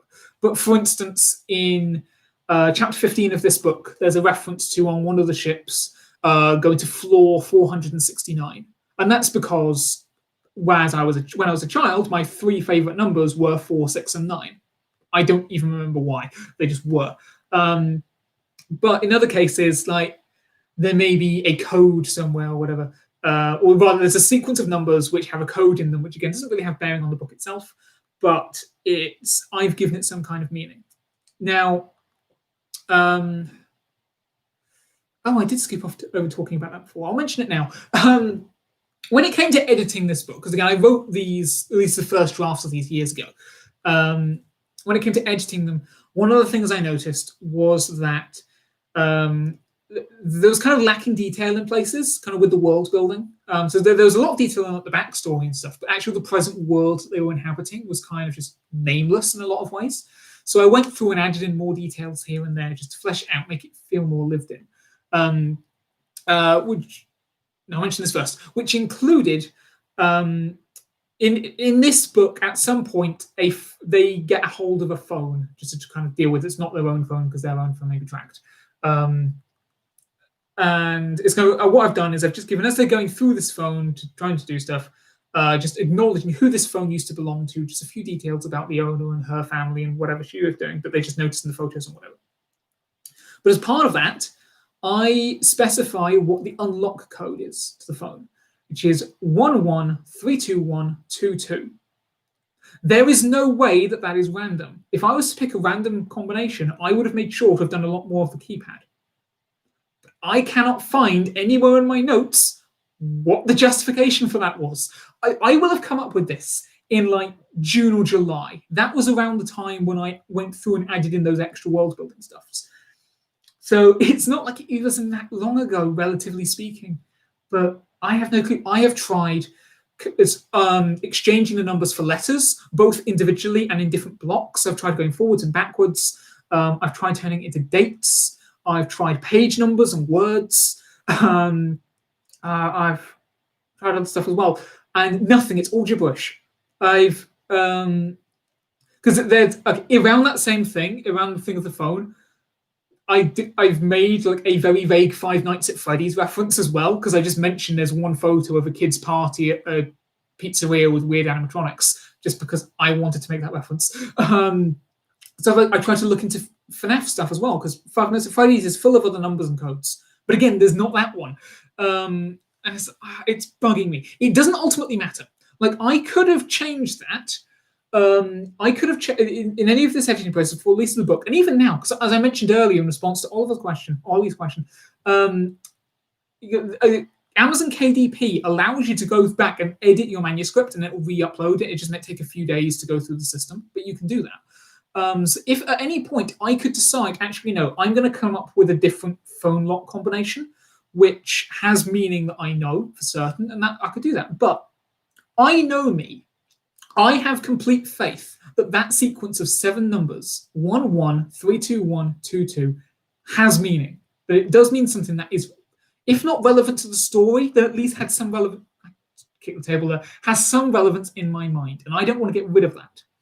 So it's kind of, I don't know. If anyone can work out what it means, I'll be great. I mean, I don't know if I could offer you a prize or something, but it's something even the author doesn't know about the book that he's written. I don't know. It's still there, just mocking me, this mystery that I made. Whatever. But the other thing I forgot to mention before in the previous section, but I kind of touched upon here, in terms of going through and fleshing out the word, I was going to put it in the chat. I didn't mean to say 1 1 3 2 1 2 2. If anyone wants to deal with it, because it does kind of have a pattern to it, because it's 1 1 3 2 1 2 2. Like there is a kind of rhythm to it, but I don't know. When I was talking about going through and editing the book and kind of fleshing the world out as well, another thing I did was add more just kind of the characters reacting to stuff, or more the prolonged impact that these events are having on the characters. Because in the original versions, as I said, I wrote years ago, it's kind of, the characters may have an acknowledgement of something happening, but then, they'll just go on to the next thing. But no, because some of this stuff is going to be traumatic for these people. It's going to be very stressful, and that is going to be taking a toll on them. So it's kind of starts happening, if I remember correctly, a little bit in Gift of the Mountain, but in this book especially, we are starting to now see the characters, the emotional toll being basically stuck on this on the run and doing whatever is having on them. So again, that's another detail I've been shortened. Add in, but again, it's kind of because I mentioned this in the video itself, where I did an overview of this book. I mentioned that I'm trying to find a balance between the characters are not happy, and in kind of with no other way to vent, they kind of turn on each other at times. But at the same time, I still want to make it. I need to stop kicking the table. I want to still make it a pleasant read. Don't want people to my nose turn off the characters and whatever. I mean, previously I've also had that thought of, characters don't necessarily have to all be likable, but also, and again, it's understandable because I'm setting up why they're becoming more and more negative in certain times. But also, since doing that video, I've also started rewatching the 90s sci-fi show Farscape. And actually, the crew of the ship in Farscape don't get along that well either. So it's kind of giving me a bit of reassurance. Actually, it is fine to have that. Your companions, your group that are traveling on their voyages, that they're not all chummy and friends a lot of the time necessarily. They are maybe like bickering at each other, and again, still all for the purpose of the story. It all leads to something. But yeah, that's just another evolution that it's taken. All right, okay. Still, again, I have the house to myself at the moment right now, so I can keep on kind of going whenever. I said 2 hours before because, in like the original setup. I've got the stream description or whatever, just because that's how long Gift of the Mountain stream lasted. I guess it doesn't matter if I go a bit longer here, whatever. So we're still a tiny bit behind, but whatever. Next, right. So we again jumping ahead a little bit in this next section, because The characters are currently on their journey to try to find where the Ark is hidden, because also, well, the Ark's location itself has basically been scrubbed from all records across the multiverse actively in the past by the entities, so that nobody could find it because it is so important, as I was saying earlier. But now the entities themselves are trying to find it. They know the general location, but they don't know precisely, so they're kind of just going through the area. Or specifically, right now they're in a forest. So they're going through this forest trying to find this site where the Ark is hidden. However, Philip has started to be approached by the Brethren Lords again, who are also kind of following along because they're also interested in the Ark. But in the meantime, while their main mission is also, again, find the Ark and do something with it, there is also still that prerogative of get Philip on side. As the Mansin, they want him as the emissary on Earth to control everything on the human side of things. So Mordrin has specifically been set the task, and as opposed to like subliminal messaging and brainwashing that other lords have tried in the previous book and will try again, Mordrin is trying a tactic of honesty. So he's basically saying, if you come with me, like with just us alone, I will explain to you everything. And even then, this may even be in the conversation that we're about to have, but it's like, I'm not going to force you to believe me or go with me. I'm just going to tell you what the state of things are, and hopefully you will agree that we are the right side in this after you finish listening to me. But you can think whatever you want. Just stay here and hear me out. That's what we're at. He looks around without trying to draw too much attention from those nearby, staring between heads and around torsos. Just when he thought he'd been imagining it, he saw a pair of bloodshot eyes glistening from within the line of trees. A gnarled finger protruded from the shadows, gesturing for Philip to come with it instead. Feeling compelled to obey, Philip slipped away, mumbling something to Eve about needing to step into the trees for a minute. He watched the search party carry on, tracking the missing pair through the undergrowth. Once they were far out of sight, he turned to face Mordrin, who had been patient, not rushing the Mansin into conversation. Thank you, the Brethren Lord sighed. I am glad you are willing to listen to what I have to say. Philip wasn't sure why he was doing as his enemy asked, or why he, dare he say, wanted to listen to what Mordrin had to say, but the fact of the matter was that he did. He watched, enrapt, as the youngest lord withdrew a small disc from a pouch strapped to his arm. It lay comfortably in his palm, the side facing upwards glittering with spinning ochre lines. When Mordrin clenched his hand, these lines rose off the round surface, much like those on the stone Noah had given him in Switzerland. That stone had produced a live map of the surrounding area. However, this disc produced a three-dimensional representation of a universe, one of many in the Alpha Realm. What I'm about to show you is what will happen if the entities are allowed to go through with their plan, Mordrin explained. I'm not going to force you to trust me. You can choose to think that I've made this all up if that's really how you feel afterwards, just so long as you listen. Okay. Now, this is a section of space above what the humans have called the Columbia supercluster. He tapped a finger against a clump of stars, and the map quickly zoomed in on that exact spot. Around many of the stars were what appeared to be space stations and starships. There were many more joining their number all the time. So I just felt like I had to sneeze there for a second. We've calculated that at some point in the near future, outer region future that is, the Asnemois, who are another race in the story, the Asnemois will amass a great army in this sector, dramatically increasing their number and technology. Once ready, they shall advance into the galaxies, using hexagon technology to make sure their targets don't fight back. They will spread out to every nearby planet, wiping out the meager populations and upgrading themselves with what they can find. It's not unlike the process used by another race that exists in the Alpha Realm, but that race is not of importance right now. With every victory, the Asnemois will become even more powerful.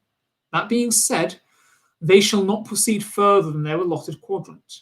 They will be content with what they find on their exodus. That is where they shall build their new empire. He spoke without moving his gaze from the hologram in his hand, and all the while the miniature ships did as he dictated, moving from world to world, being rebuilt every time. The real danger comes when the entities notice what the Asnemois are doing and take it the wrong way. We've seen before that the entities struggled to let matters go, especially if they were on the losing side. Have you ever wondered why the Alpha Realm is toxic to us from the outside? You can thank them for that, the entities in their desperation to turn it into a cage. But as I was saying, all projections confirm that whatever minor deviations are taken, the entities will perceive the new Asnomoi Empire as a threat to their dominance and once more make it their goal to wipe them from existence. They tried before with a wave of crafts called Maelstrom-class warships. They aren't mentioned throughout the book. I seem to have just picked out all the sections where the Maelstrom-class warships are named. But the assault on the Asnomoi homeworld was a failure. This time they will devise something even more devastating and make a direct preemptive first strike. We lords have concealed the Asnomoi Empire's location for as long as possible, as we have been. Will conceal the location as we have been, but this shall eventually come to pass. We've known about this for a very long time. We have been acting to avert it, but now the time draws uncomfortably near, and we are not where we hoped to be. All of a sudden, around the projected Asnomoi ships and stations appeared T-shaped vessels, all converging on the Asnomoi populated planets. Before Philip's eyes, the entity ships began to fire, while in retaliation, the Asnomois rose up from their cities to meet them. Philip couldn't tell if the projection of the assault was sped up or if the battles were really just over quickly. Either way, much of the Empire had fallen in a matter of minutes. Around the central planets, where the heart of the Empire seemed to be, large starships looking a lot like birds were launching. It appeared to be an evacuation, those Asnomoids who inhabited the capital escaping the onslaught, or trying to at least. The entities, however, had other ideas. Their ships were moving into position around the central planets, creating a net that trapped the Asnomoids inside. Finally, all of a sudden, the projection flashed, and all there was left was static. The projection uses Maelstrom-class warships for the entities purely because we cannot know what form their new vessels will take, Mordrin clarified. But what was that flash? The teen frowned, already having forgotten the other question he had wanted to ask in response to all this information. Mordrin sighed again. The Asnomoids have found something on their journey, a tentortex. It's a creature they learned about while inhabiting the cortex, and one they practically deified before even finding it for themselves. When the entities finally take out the central Asnomoi command, the world Ahoeja, they will destroy the tentortex in the process. Unfortunately, that creature and its kin are vital to the survival of the Alpha Realm. So when it is destroyed, so is your realm. And not only that, but they have also played a key role in outer region history. With it gone, our time will be altered. What we are doing with the Ark may, and I stress may, change outer region timelines. But losing the tentortex could be infinitely more devastating. We can't talk them out of it. Their god complexes make them blind to the risks they run by tampering with such things. That is why we have to stop them. Philip pondered this for a moment. He raised his head to look into Mordrin's eyes to see if he could spot if the Lord was telling the truth or lying through his teeth. The only solid result he got from this move was snow in his hair when his head hit the branches. I presume this could be the most important thing ever to happen in the multiverse. So why hasn't Noah told me about it? He seems to have learned pretty much everything else whilst in your service. The Lord gritted his teeth. We, that is us brethren lords, have deemed this information too great to tell others of it.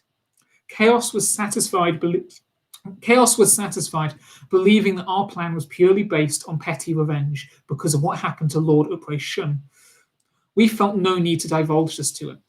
You are the first being who has not at some point been an entity that knows of what is to come if nothing is done to stop it. So then there would be another quick cutaway to another scene in between, but I've skipped that for now. The hologram flicked away, the ochre lines returning to the surface of the disc. Mordrin replaced it in the pouch on his arm, looking up at Philip to gauge his reaction to this information. The boy was merely standing there, his eyes unfocused as he engrossed himself in thought. The entities have a history of deception, Mordrin said at last, the man's silence causing him to worry whether his plan was working or not. I'm not going to subject you to the story of Upre's murder. That example you may feel is too prejudiced. Yet there have been many more instances where the entities have used trickery to get what they want. The Lord withdrew another disc from the pouch, and as he had with the first, he put it into his palm. As the light spawned from the shiny circle, he told Philip, "This footage we've managed to retrieve from an old entity database. It's from the time that the entities spent in the Andromeda Galaxy during their exile. We visited them there offering assistance, and that is how we came across this. The footage itself shows how they got rid of their workers, the Ephescus, when just a few of them rebelled. The images showed a view of a ship's side. The craft had landed on a rocky planet whose surface was a barren plain. Still, oh, that was a little bit of a flash on the camera, whatever.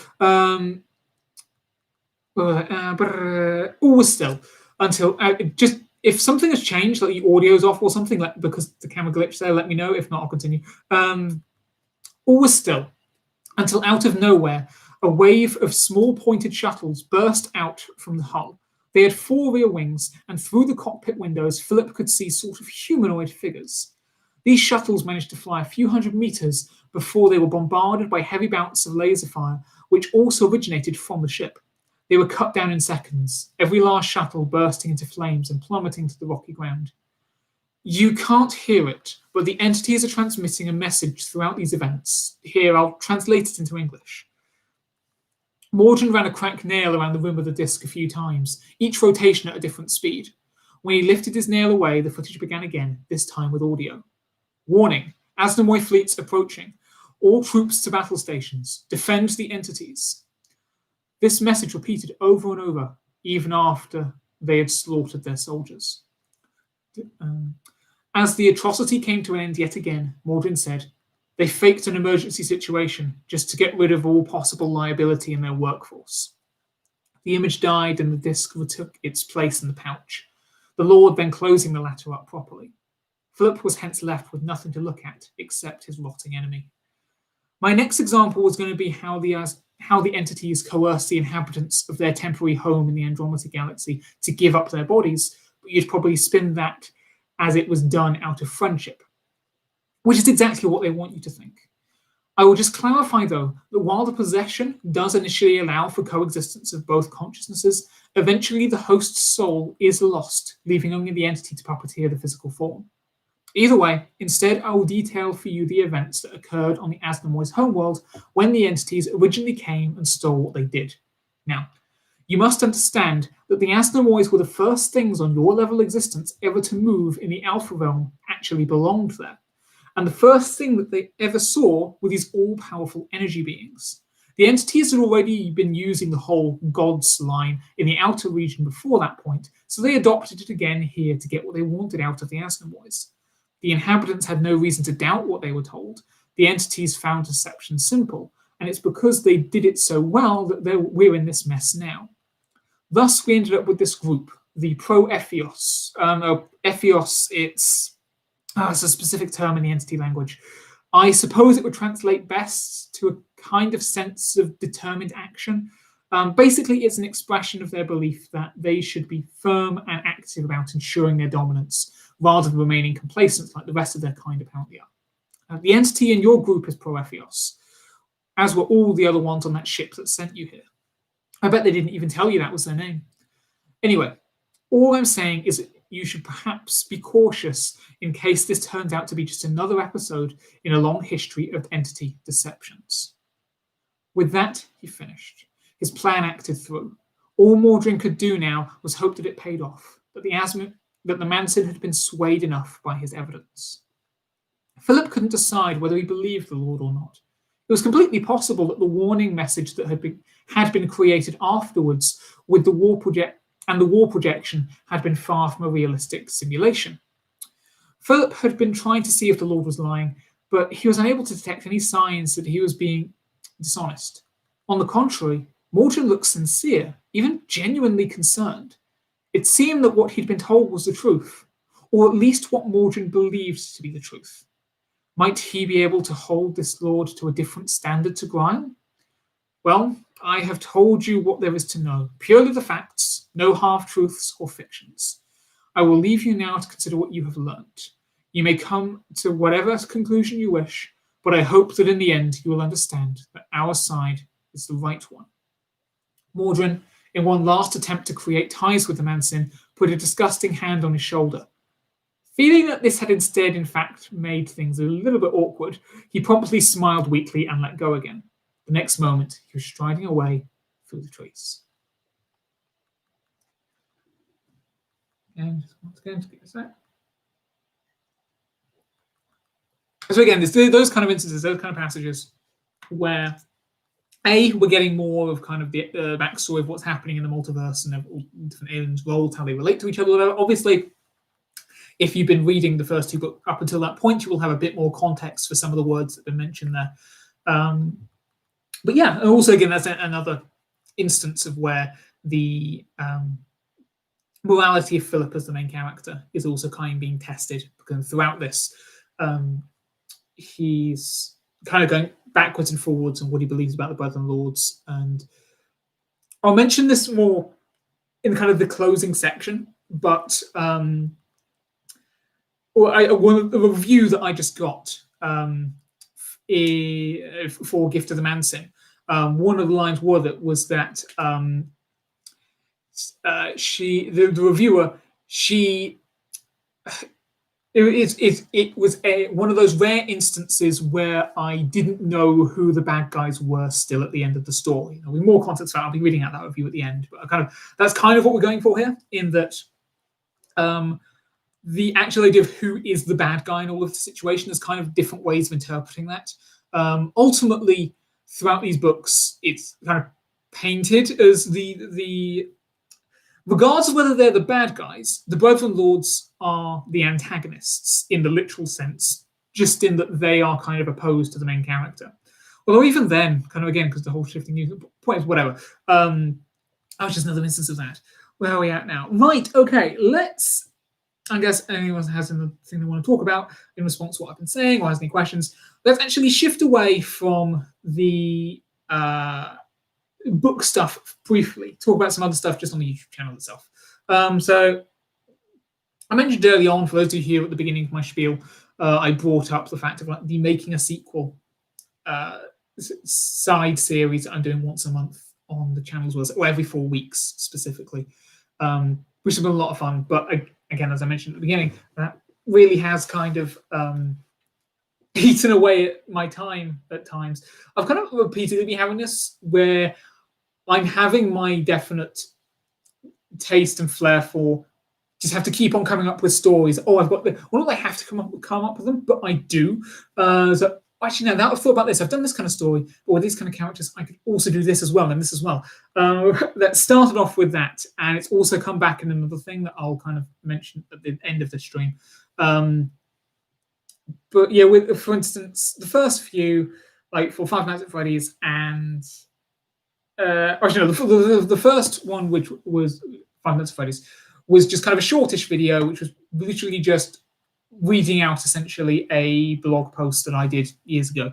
The second one with Mario, that's where things definitely got the most out of hand, because again, it was meant to be back in 2007 when Mario Galaxy came out, and whatever age I was then, came up with an idea for Mario game, whatever. I was like, okay, because I'm doing this series, even though really speaking, this series that I'm doing here is meant to be about films and TV shows, first two are games, whatever.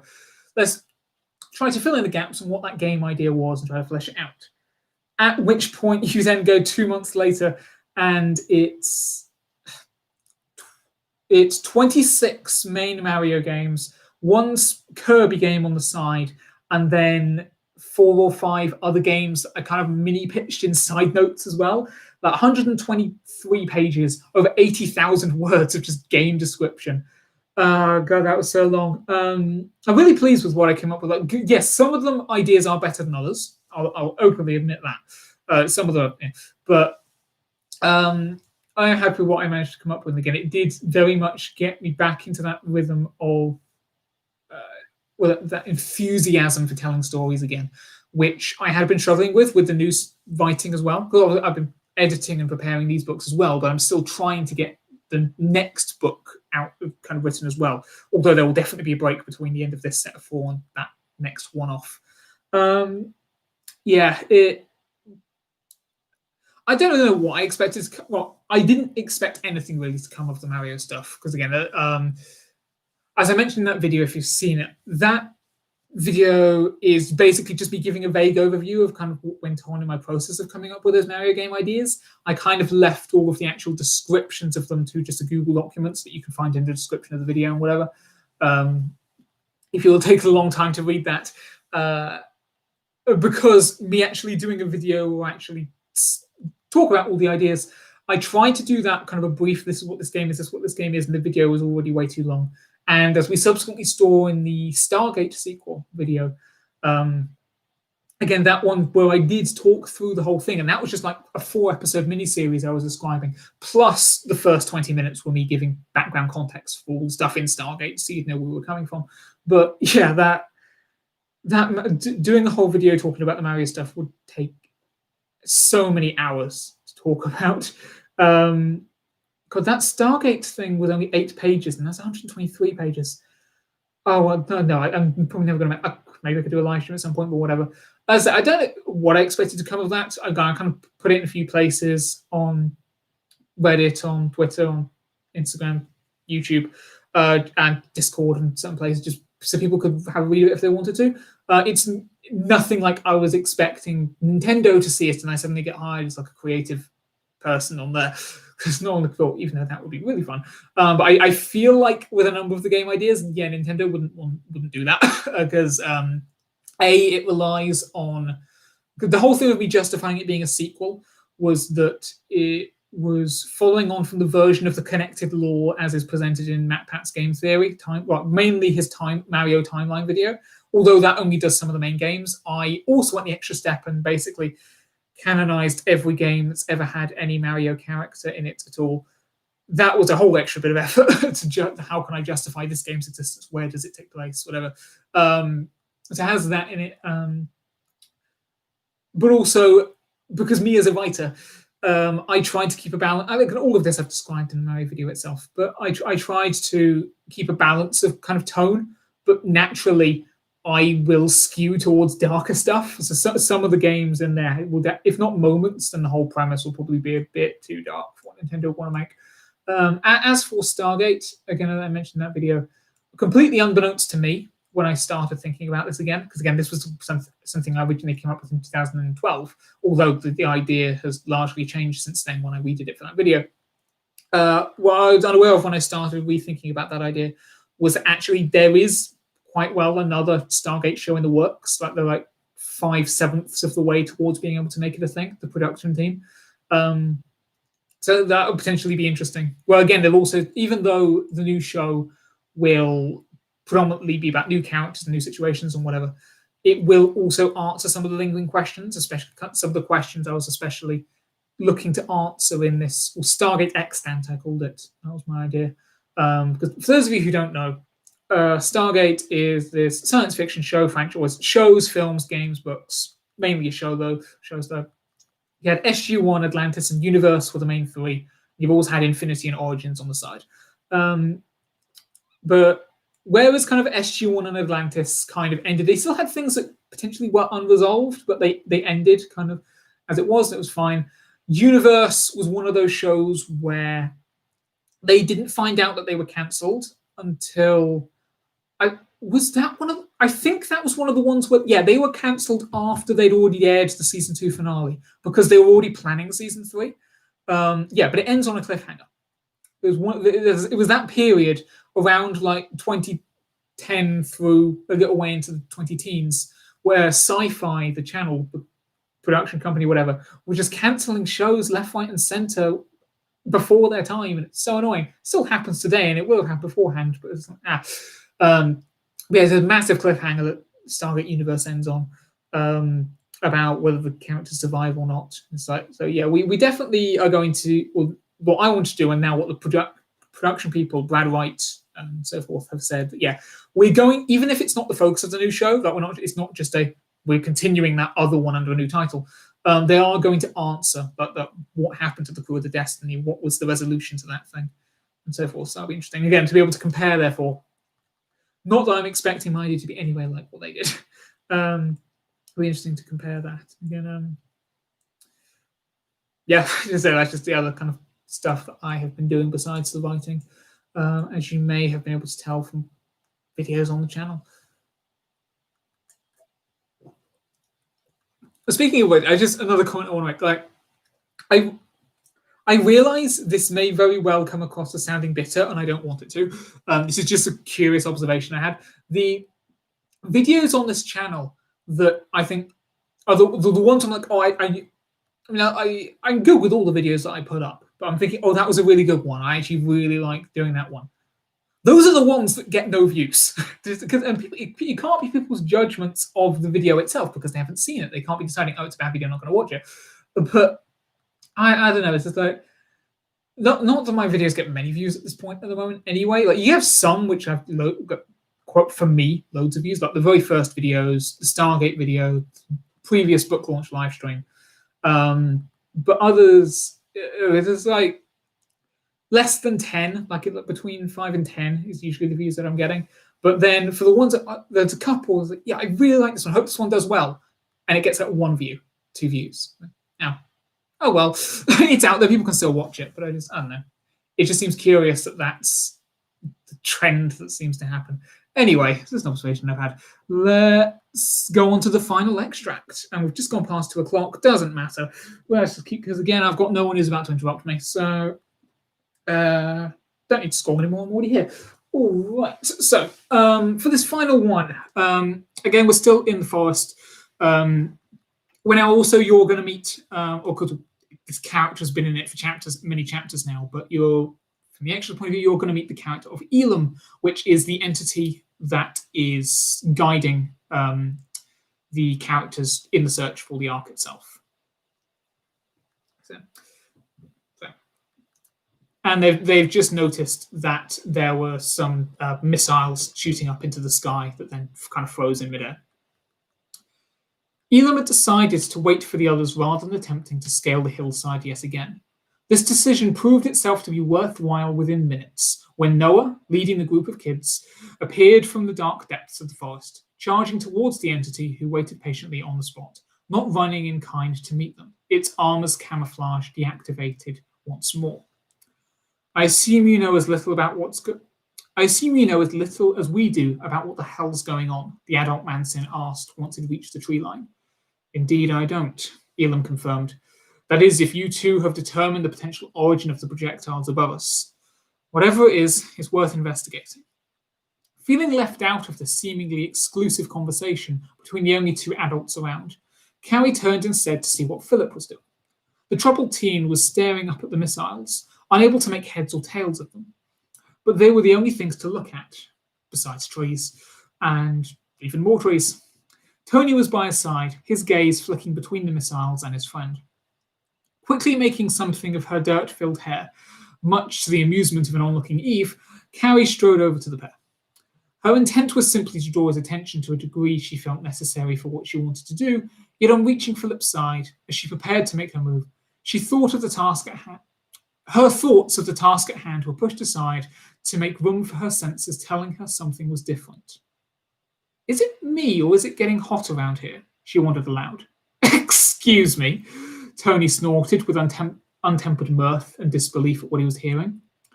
Philip, too, would have given a reply of derision at the interpretation he had of what she was saying, but it was then that he, too, noticed a change in the air.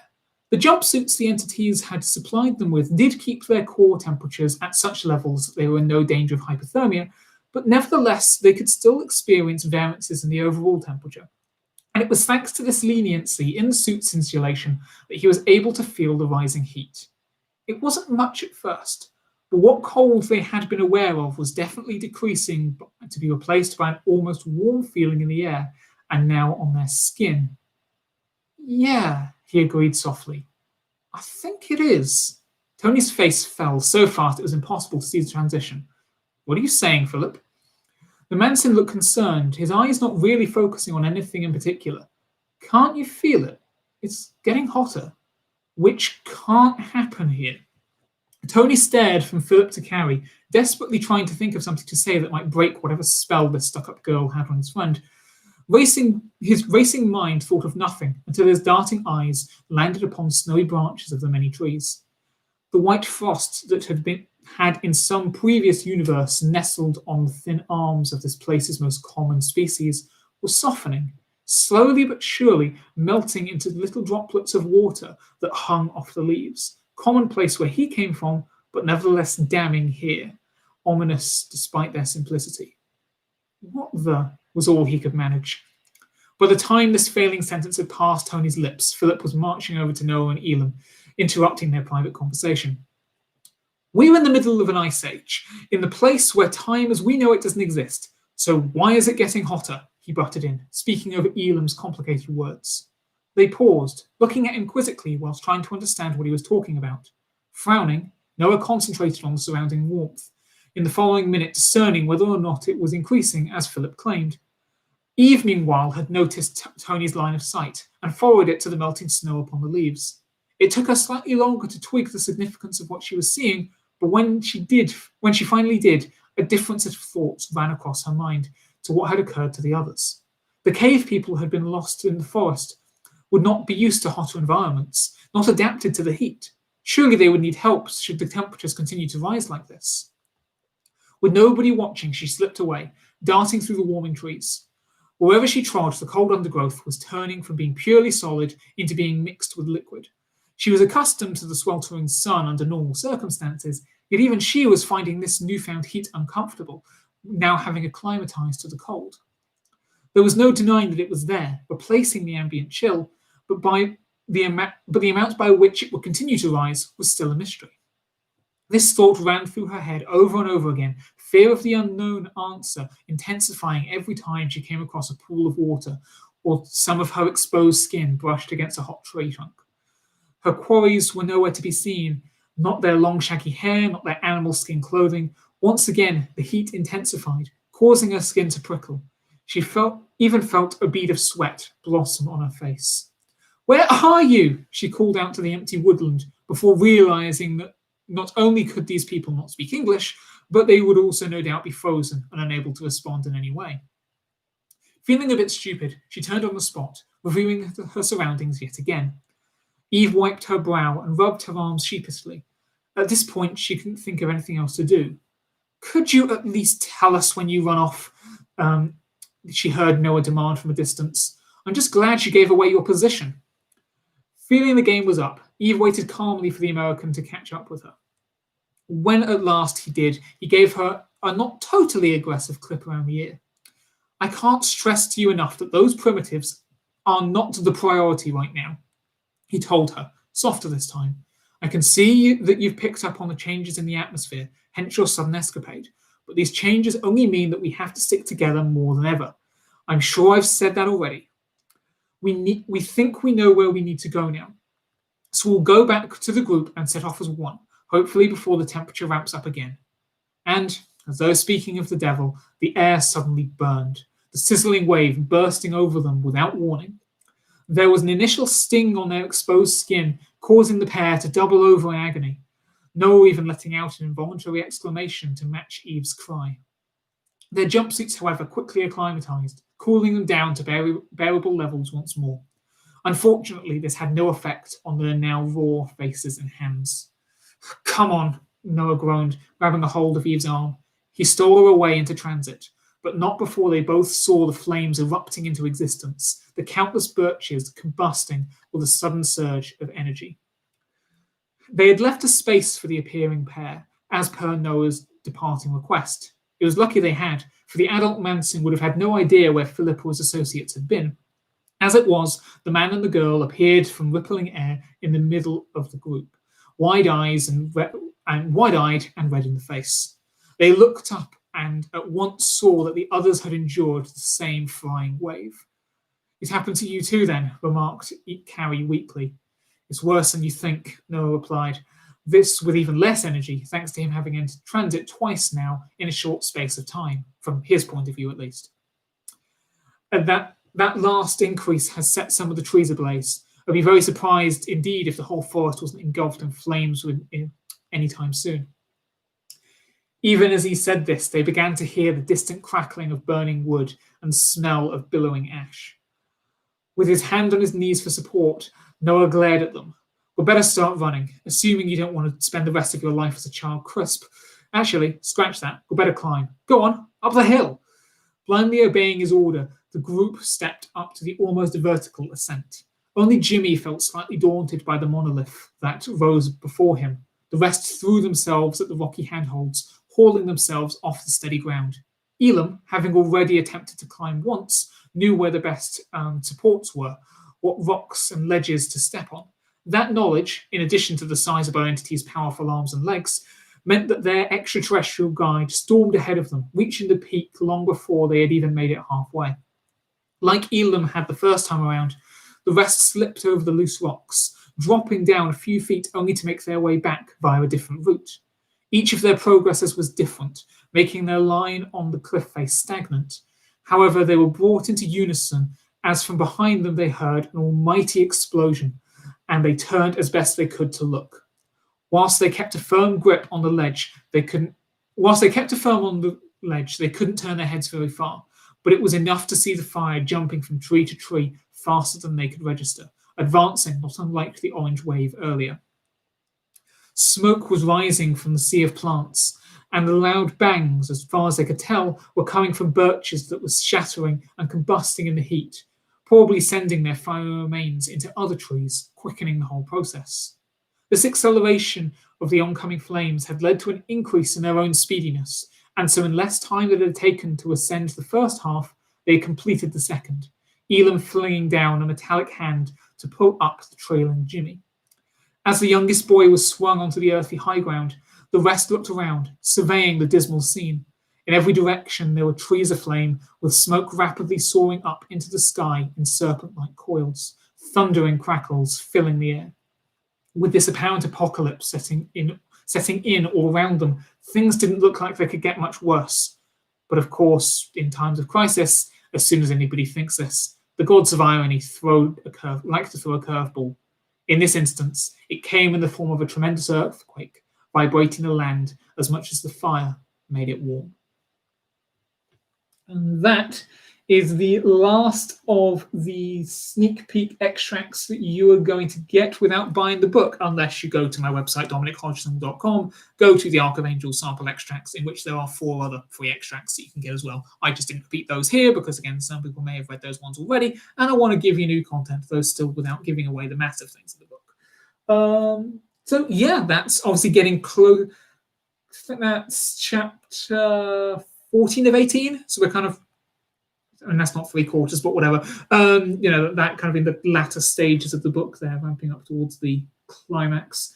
Again, frozen forests suddenly bursting into flames. All right, so we're kind of approaching the final section here. I've just got the last kind of couple of things I was going to mention at this stage. This is kind of the last opportunity. If you have a YouTube account and you can message in the chat, you can say anything, or ask any questions, or give me comments. Otherwise, let's turn to just reviews for Gift of the Mansin, because obviously I'll be promoting this book now, Archk of Angels, but people aren't going to be reading the second book before they've read the first. So there's still going to be that primary push for Gift of the Mansin most of all. I'll probably be marketing them together. So these are 2 books you can read now. And then come February, there'll be the 3rd book or whatever. But yeah, just for reviews from that first one. Well, only a couple on the Amazon page itself, but I've had some other views up on Instagram and Twitter and stuff like that as well, that I have put on the reviews page, again, of my website, dominichodgson.com, which still awkwardly does have that section where I say, like, this is reviews for my work and my review of other works. And I just have still had no time to review anyone else's work, so that column is still just blank compared to, or coming soon, compared to the one reviews for my work, but whatever. So we had from the, I mentioned before, you have on the back cover here, I managed to get a quote previously for the previous one from an author that I know, kind of sent it up. So Stephen Bywater, he's written The Devil's Ark and Night of the Damned. I think those are his only 2 books. He may have done a third. Yes, Hodgson has created an alternative world more plausible than our own, rich in detail, a superbly crafted vision which draws the reader in. I still like to quote that one because I still like that he thinks that my interpretation of the world when everything is kind of being orchestrated by other dimensional beings and whatever is more plausible than what we're living through right now. But whatever. Then getting on to other ones. If Amy is still in the chat, one of these is yours. I think it might be this one. So again, from Amazon. One of the best I've read this year. So well written and so interesting. I finished it in a day. Can't wait for the next one. Obviously, you are my friend, so pinch us all. But I hopefully do actually think that way. Again, that's the first one from Amazon. Another one from Amazon from a person that I don't know, so only assume this was genuine. So be sure to read. This book was recommended to me. Once I started, I couldn't put it out of my hand. Very well written, exciting, and absolutely recommend. Let's see what else there is from this author. I am very thank you for saying that. Excited, and another camera glitch there. That one from a German reviewer. So again, I don't know anyone in Germany. So again, I don't know how exactly word reached them, but yeah, great to see the word come in there. Because again, there's just a couple of Amazon reviews there. In general, look, I have put at the end of the book as well. Like once you finish all the main story, there is a page just saying if you have it. Well, either way, like please do leave an honest review on Amazon for this once you've finished reading it, so it can be honest and based upon the actual full experience. Like if you want to give it 5 stars, then please do, but give it what you honestly think it deserves. So that's going to be the main thing, is that just as long as it can get more views, which would be nice. Just how the algorithms work in that sort of case, and for anyone looking at it, because right now the book does have a 5-star rating because only 2 people have rated it on Amazon and they both give it 5 stars. But it would be nice to get more there. That's what we have. Then the others came from. These were both from Instagram. Okay. So some reviews here. So. A well-crafted, mysterious story, intriguing and enticing. The paragraphs are almost poetic and prose-like in places. I assume by that they mean kind of like the classical prose, because it's prose. It is written in prose, whatever. So anyway, if you're into myths and legends and fantasy, then this book is definitely for you. Adventurous, mysterious, and in many ways enigmatic and exciting. A solid read. So Daisy Hollins on Instagram. Again, give to the Madison. Something that I'll notice here in a couple of these last ones, people keep reviewing it as fantasy, which I'm fine with, but considering that it's about aliens and stuff, it's sci-fi. I mean, I guess because it got the myth elements as well, I guess, but I don't know. Again, it's not a complaint or anything, but I just find it curious that people's go-to description of the genre is fantasy rather than sci-fi. Anyway, then from CCC Villa Quarter, again, Instagram. This was an interesting read, a little confusing in some parts, but overall entertaining. I think anyone would enjoy it. I cannot wait for the next book in the sci-fi fantasy. Sci fantasy. I haven't actually seen. I mean, I'm assuming you haven't made sci fantasy up, but it works. So again, general positive. It was kind of what happened last time, because again, for those of you who don't know, I did previously try to get these kind of books out in 2016, hence it's a 2016 series.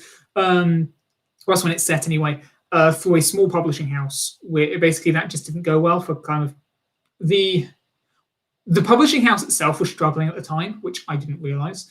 But kind of through financial things, whatever, they closed down. Strictly speaking, they let the authors go.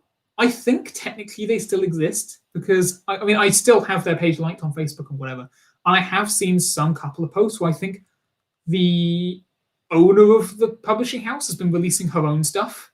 I think it's just she's trying to do it herself rather than essentially professionally self-publishing, rather than having other authors doing work for it anymore. Either way, they shut down and whatever. I have a full blessing to re-release of my own accord, which is what I've done. It's just in the intervening years I've now the books as they are now are definitely better than they were when I tried to release, because I only properly released these first 2.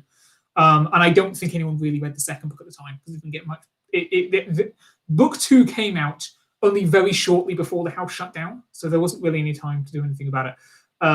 But even if people did read book 2, 3 and 4 that will come out in February and May, they're the ones that definitely no one has read before, other than me and my beta readers. But yeah, these first 2 have been before. These versions are definitely a lot better, a lot more polished. I've added some more detail to it as well, which I like. for yet another time, I've forgotten my point. So I can see what I was saying. I don't know. Oh well. Let's forget that. Reviews. Oh yeah, that was it. Last time it happened, that was basically Or I did not get a negative review last time. There was some like critiques here and there, but it was always still always in the top half, whatever their scale of review was. It was 5-star, 4 out of 5 stars, out of 4 stars, however. It was always in the upper levels of the reviews, or if it was just an Amazon review, it was praising. The problem was, it's just not many people read it. The people who do read it, so far as I could tell, liked it. And again, I can never know if there's anything like bias and sort of this, but like when my dad's got all the people at his work and whatever to read it as well, and apparently they all really enjoyed it. Again, don't know because he was a colleague what they were saying, but point is, this is just the kind of thing. Is even if people say like, there was this bit about, there was this about, though, people do generally seem to like want to recommend this book, do like the writing, which is good to hear from my self-esteem, which can be sometimes. But it's just a matter of, even if ultimately, like, because I am wanting to make this my main career, I do need to make something of a success of it, even though that is going to take time. It's definitely not going to be immediate. And by virtue of the fact that I'm looking to ultimately have done 55 books in a series, plus anything else, the other projects on the side, I could just win by quantity. Like, even if only a few people buy each book, just by virtue of how many books there are, I'm still going to be making money from it. But no, you'd still need a number of people buying each book. But anyway, and like 55 books is going to be my entire life. It's if you do like it, or even if you haven't read it yourself, but you know people who may be into this kind of stuff, if you can recommend it to them. Hey, Christmas is coming up. Maybe if you've got a reader in your life, you can give it to them as a present, either the paperback or the ebook. If you wait for like mid next week, which is again where I imagine it will happen, you can get them both paperback versions. That's another thing. I had someone message me on Instagram the other day, was basically asking, I've been following your account for a few months and it's really interesting. Is there any way that I could buy all of your work at once? I was like, at this moment, Gift of the Manson is the only thing. Like, wait till the weekend, you've got book 2 as well, but there is nothing else. I will be trying to find a way to do a deal, like a double book deal or full series deal, as they each come out for this set. Amazon does allow you to kind of buy the series together. Because actually, what has happened in... oh, that's cool. Do it. So, a friend work has a book secret Santa, so yes, do it.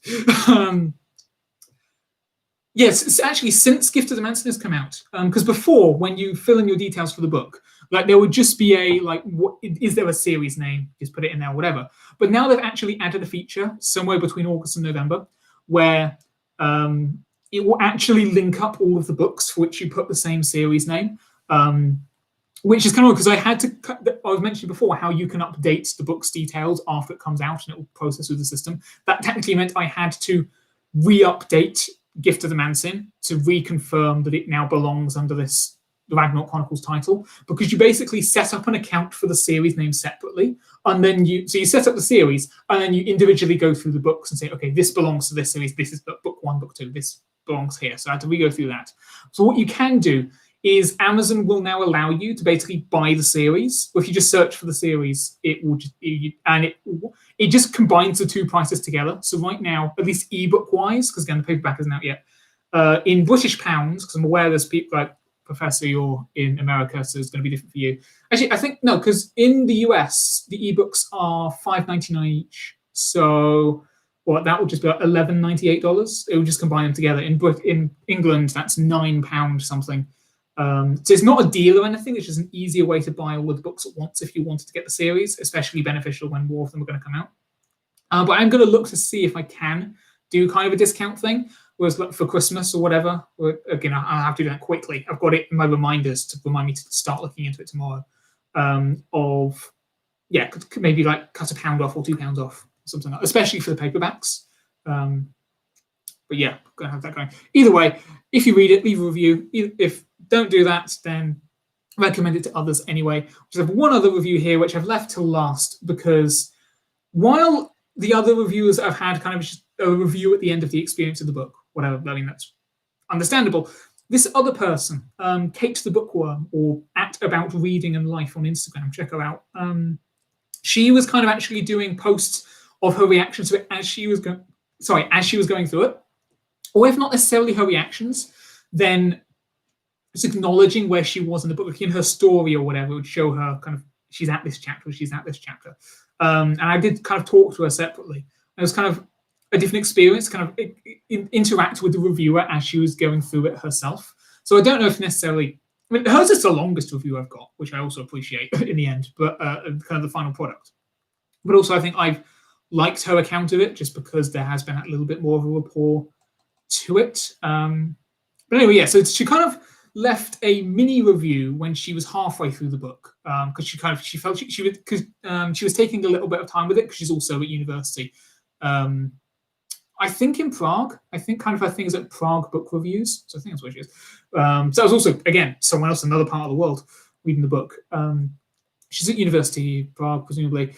And she's got lots of going on, but she's trying to get through the book to review it. So halfway through, she said this. And I've kind of, because she would also give like synopsises of the book thus far. So I'm not going to bother reiterating those. I'll kind of cut those out. But I really want you to explore the book with me because I haven't read such a funny YA fantasy in a long time. Again, not that I would describe it as fantasy, whatever. Also, this is what made me realize, because I do write with some humor in it anyway, but the fact that she primarily describes it as a funny YA fantasy, that kind of that did, when I read that, made me think of, see the books in a new light themselves and kind of think, actually, yeah, I mean, the tone does get darker as the books go on, especially by book 3 and 4. We're definitely kind of going down in terms of seriousness, but there is still humor and lighthearted quippiness here and there, so that's good too. So far, I'm loving the book, and it would be a shame not to promote it. I really think this deserves some serious attention. That's kind of what she said at the beginning, kind of to give some review of it midway through. But then a few days ago, she finished her main full review. Again, I've cut out the bit where she kind of just gave a synopsis of the story itself, which reviews do also tend to do, just because I don't need to repeat that. I need all of you YA fantasy lovers to pay attention. I am not much of a fantasy lover, but this book made me think I might become one.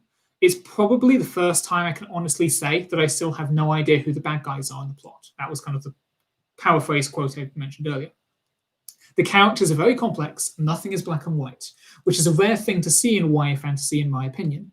There were parts that were funny, parts where I was kind of scared for the characters, and parts that made me curious as to what's going to come next.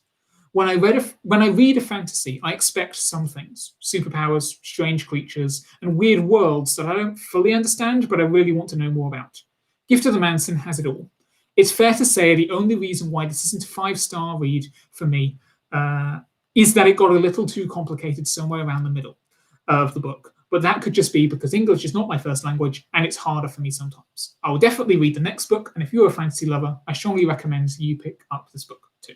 As I say, I really like this video because the longest one is kind of breaking, but also I wanted to use this at the end as kind of the prompt to acknowledge that point of, I need to charge on again, it got a little complicated around the middle. This is something that I acknowledged in the last live stream that I did when I released book 1, is that yes, chapter 9, Parting of the Ways, is something of an exposition dump. Because when because that is in the middle of the book, I can only assume that whenever people do talk about it being complicated, because again, there was a little bit complicated there before, back in 2016 when the book came out, the one professional review I got basically commented the backstory is a bit complicated. I think everyone basically refers to this one chapter. Because at the time, 2013 through 2016 when I was writing it, because I was basically building out all this world and multiverse in my head, I did kind of want to show it off a little bit. We'll say like, if I give this kind of explanation of some stuff now, how some stuff works here, then we can kind of build on that later. When it came to re-editing the book to release this year, it did cross my mind to cut it, because again, I recognize that from a writing point of view, that maybe quite possibly isn't the best thing I could do, to just have this character go, okay, here's explanation for a little while. Even though it does kind of make sense that it does certain story. But no, I wanted to keep it because, again, it's already there in the original version. And I do like it as an explanation. I like how the story that it kind of tells within itself, kind of story within a story. And there's kind of an expectation that, yeah, if people are going to trip up a little bit is probably going to be in that chapter, and hopefully they can kind of take on board enough of what's important from that explanation as they can and kind of move on with it. And again, as my test readers, when I first wrote these again, kind of the comments I got when from like books 2, 3, 4 was that, okay, now that I'm reading more of it and I'm getting exposed to these words more, it's making more sense. Like the stuff that you introduced earlier, kind of, I get, okay, yeah, I'm remembering that alien species name. I get what they're about. I remember them as well. So it is something that you build up over time. It's like the, I don't know if it's a word joke, whatever it is, something I've seen before ages ago, was like when you start Game of Thrones, they're throwing so many different characters and places. How am I ever going to remember them all? But then a few seasons in, like you can just decide, oh, this person is in this place and whatever. Gift of the Manson does, even though they don't prominently appear in the story, does throw you the names and explanations for a number of things in basically that one chapter and elsewhere. But then as we go through books 2, 3, and 4, and as some of them will end up being recurring because they're alien species and so forth, you'll come across other members of those species again in other stories throughout the Ragnarok Chronicles. Again, hopefully it was more about building up people's understanding and everything. Oh yeah, we have that. You also have, again, the videos on the YouTube channel, which explain. I still haven't done a video explaining some of the major species, which is kind of like, it's on the, I have a video schedule through to mid-July. I know basically the one video I don't have planned is what I'm going to do because one of mine lands on Christmas Eve because I do it every Thursday. Like I want to do something Christmassy themed. I don't know what I'm going to do yet, but that's the one thing I've got planned. Everything else, I've got ideas through to mid-July. At some point, I do have a video in there where I'll explain these species. And if not, I've also got I've got the lore directory on my website, DominicColchison.com. But that's whenever I have my priorities of what things I need to do, what I need to write, what I need to do, whatever. The lore directory is always basically at the bottom. It's not as important to me, but that does mean I've kind of set up as part of my website. It also, for those who don't know, acts as kind of like a wiki for the franchise as well. So basically, behind all of this is I am an author. This is my work. If you go through a few links, you'll find a section of wiki stuff. It's only got like 5 pages on it right now.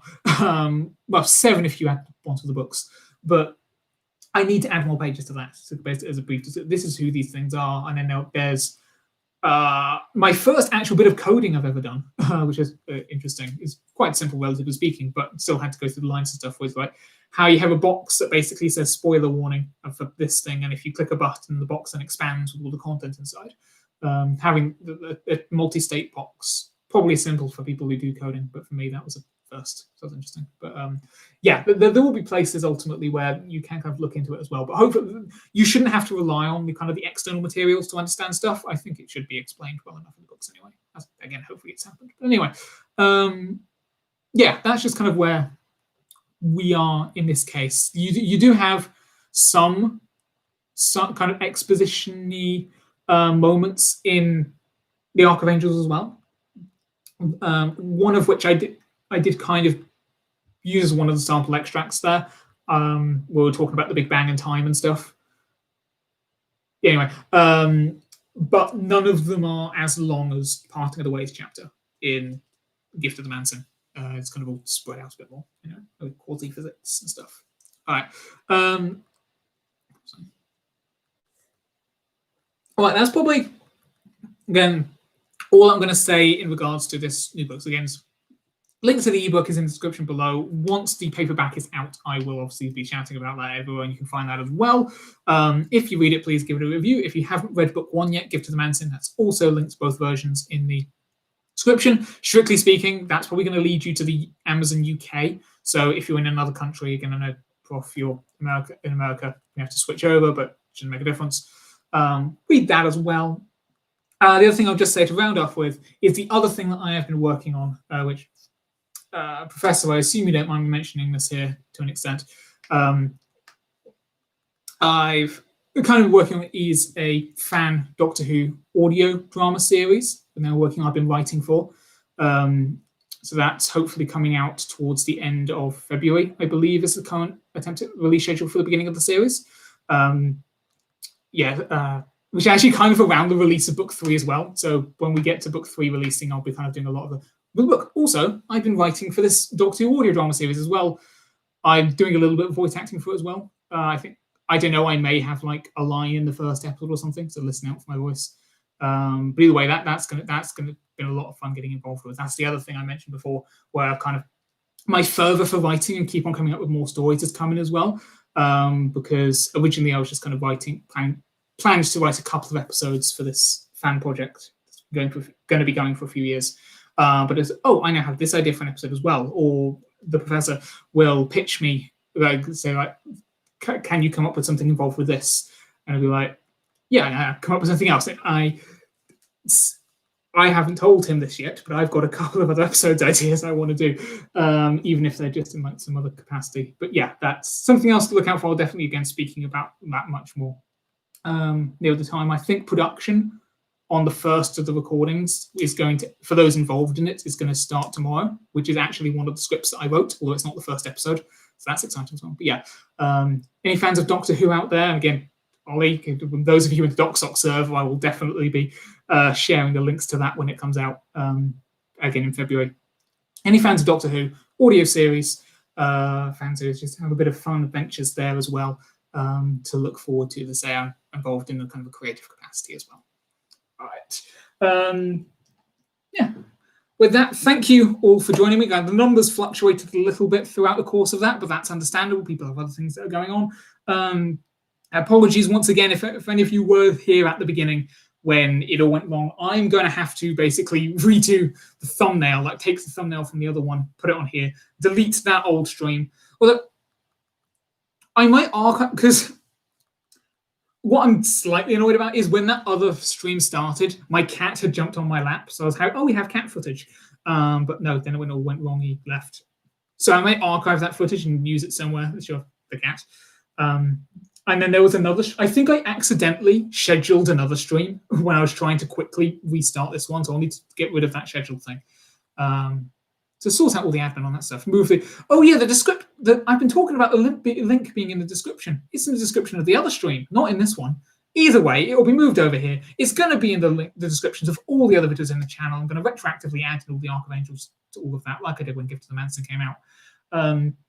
Or it's on the Instagram at the Ragnarok Chronicles, Twitter at DEJ Hodgson. They were made separately. That's completely different years. That's why they're not the same, which is slightly not cohesive, but whatever.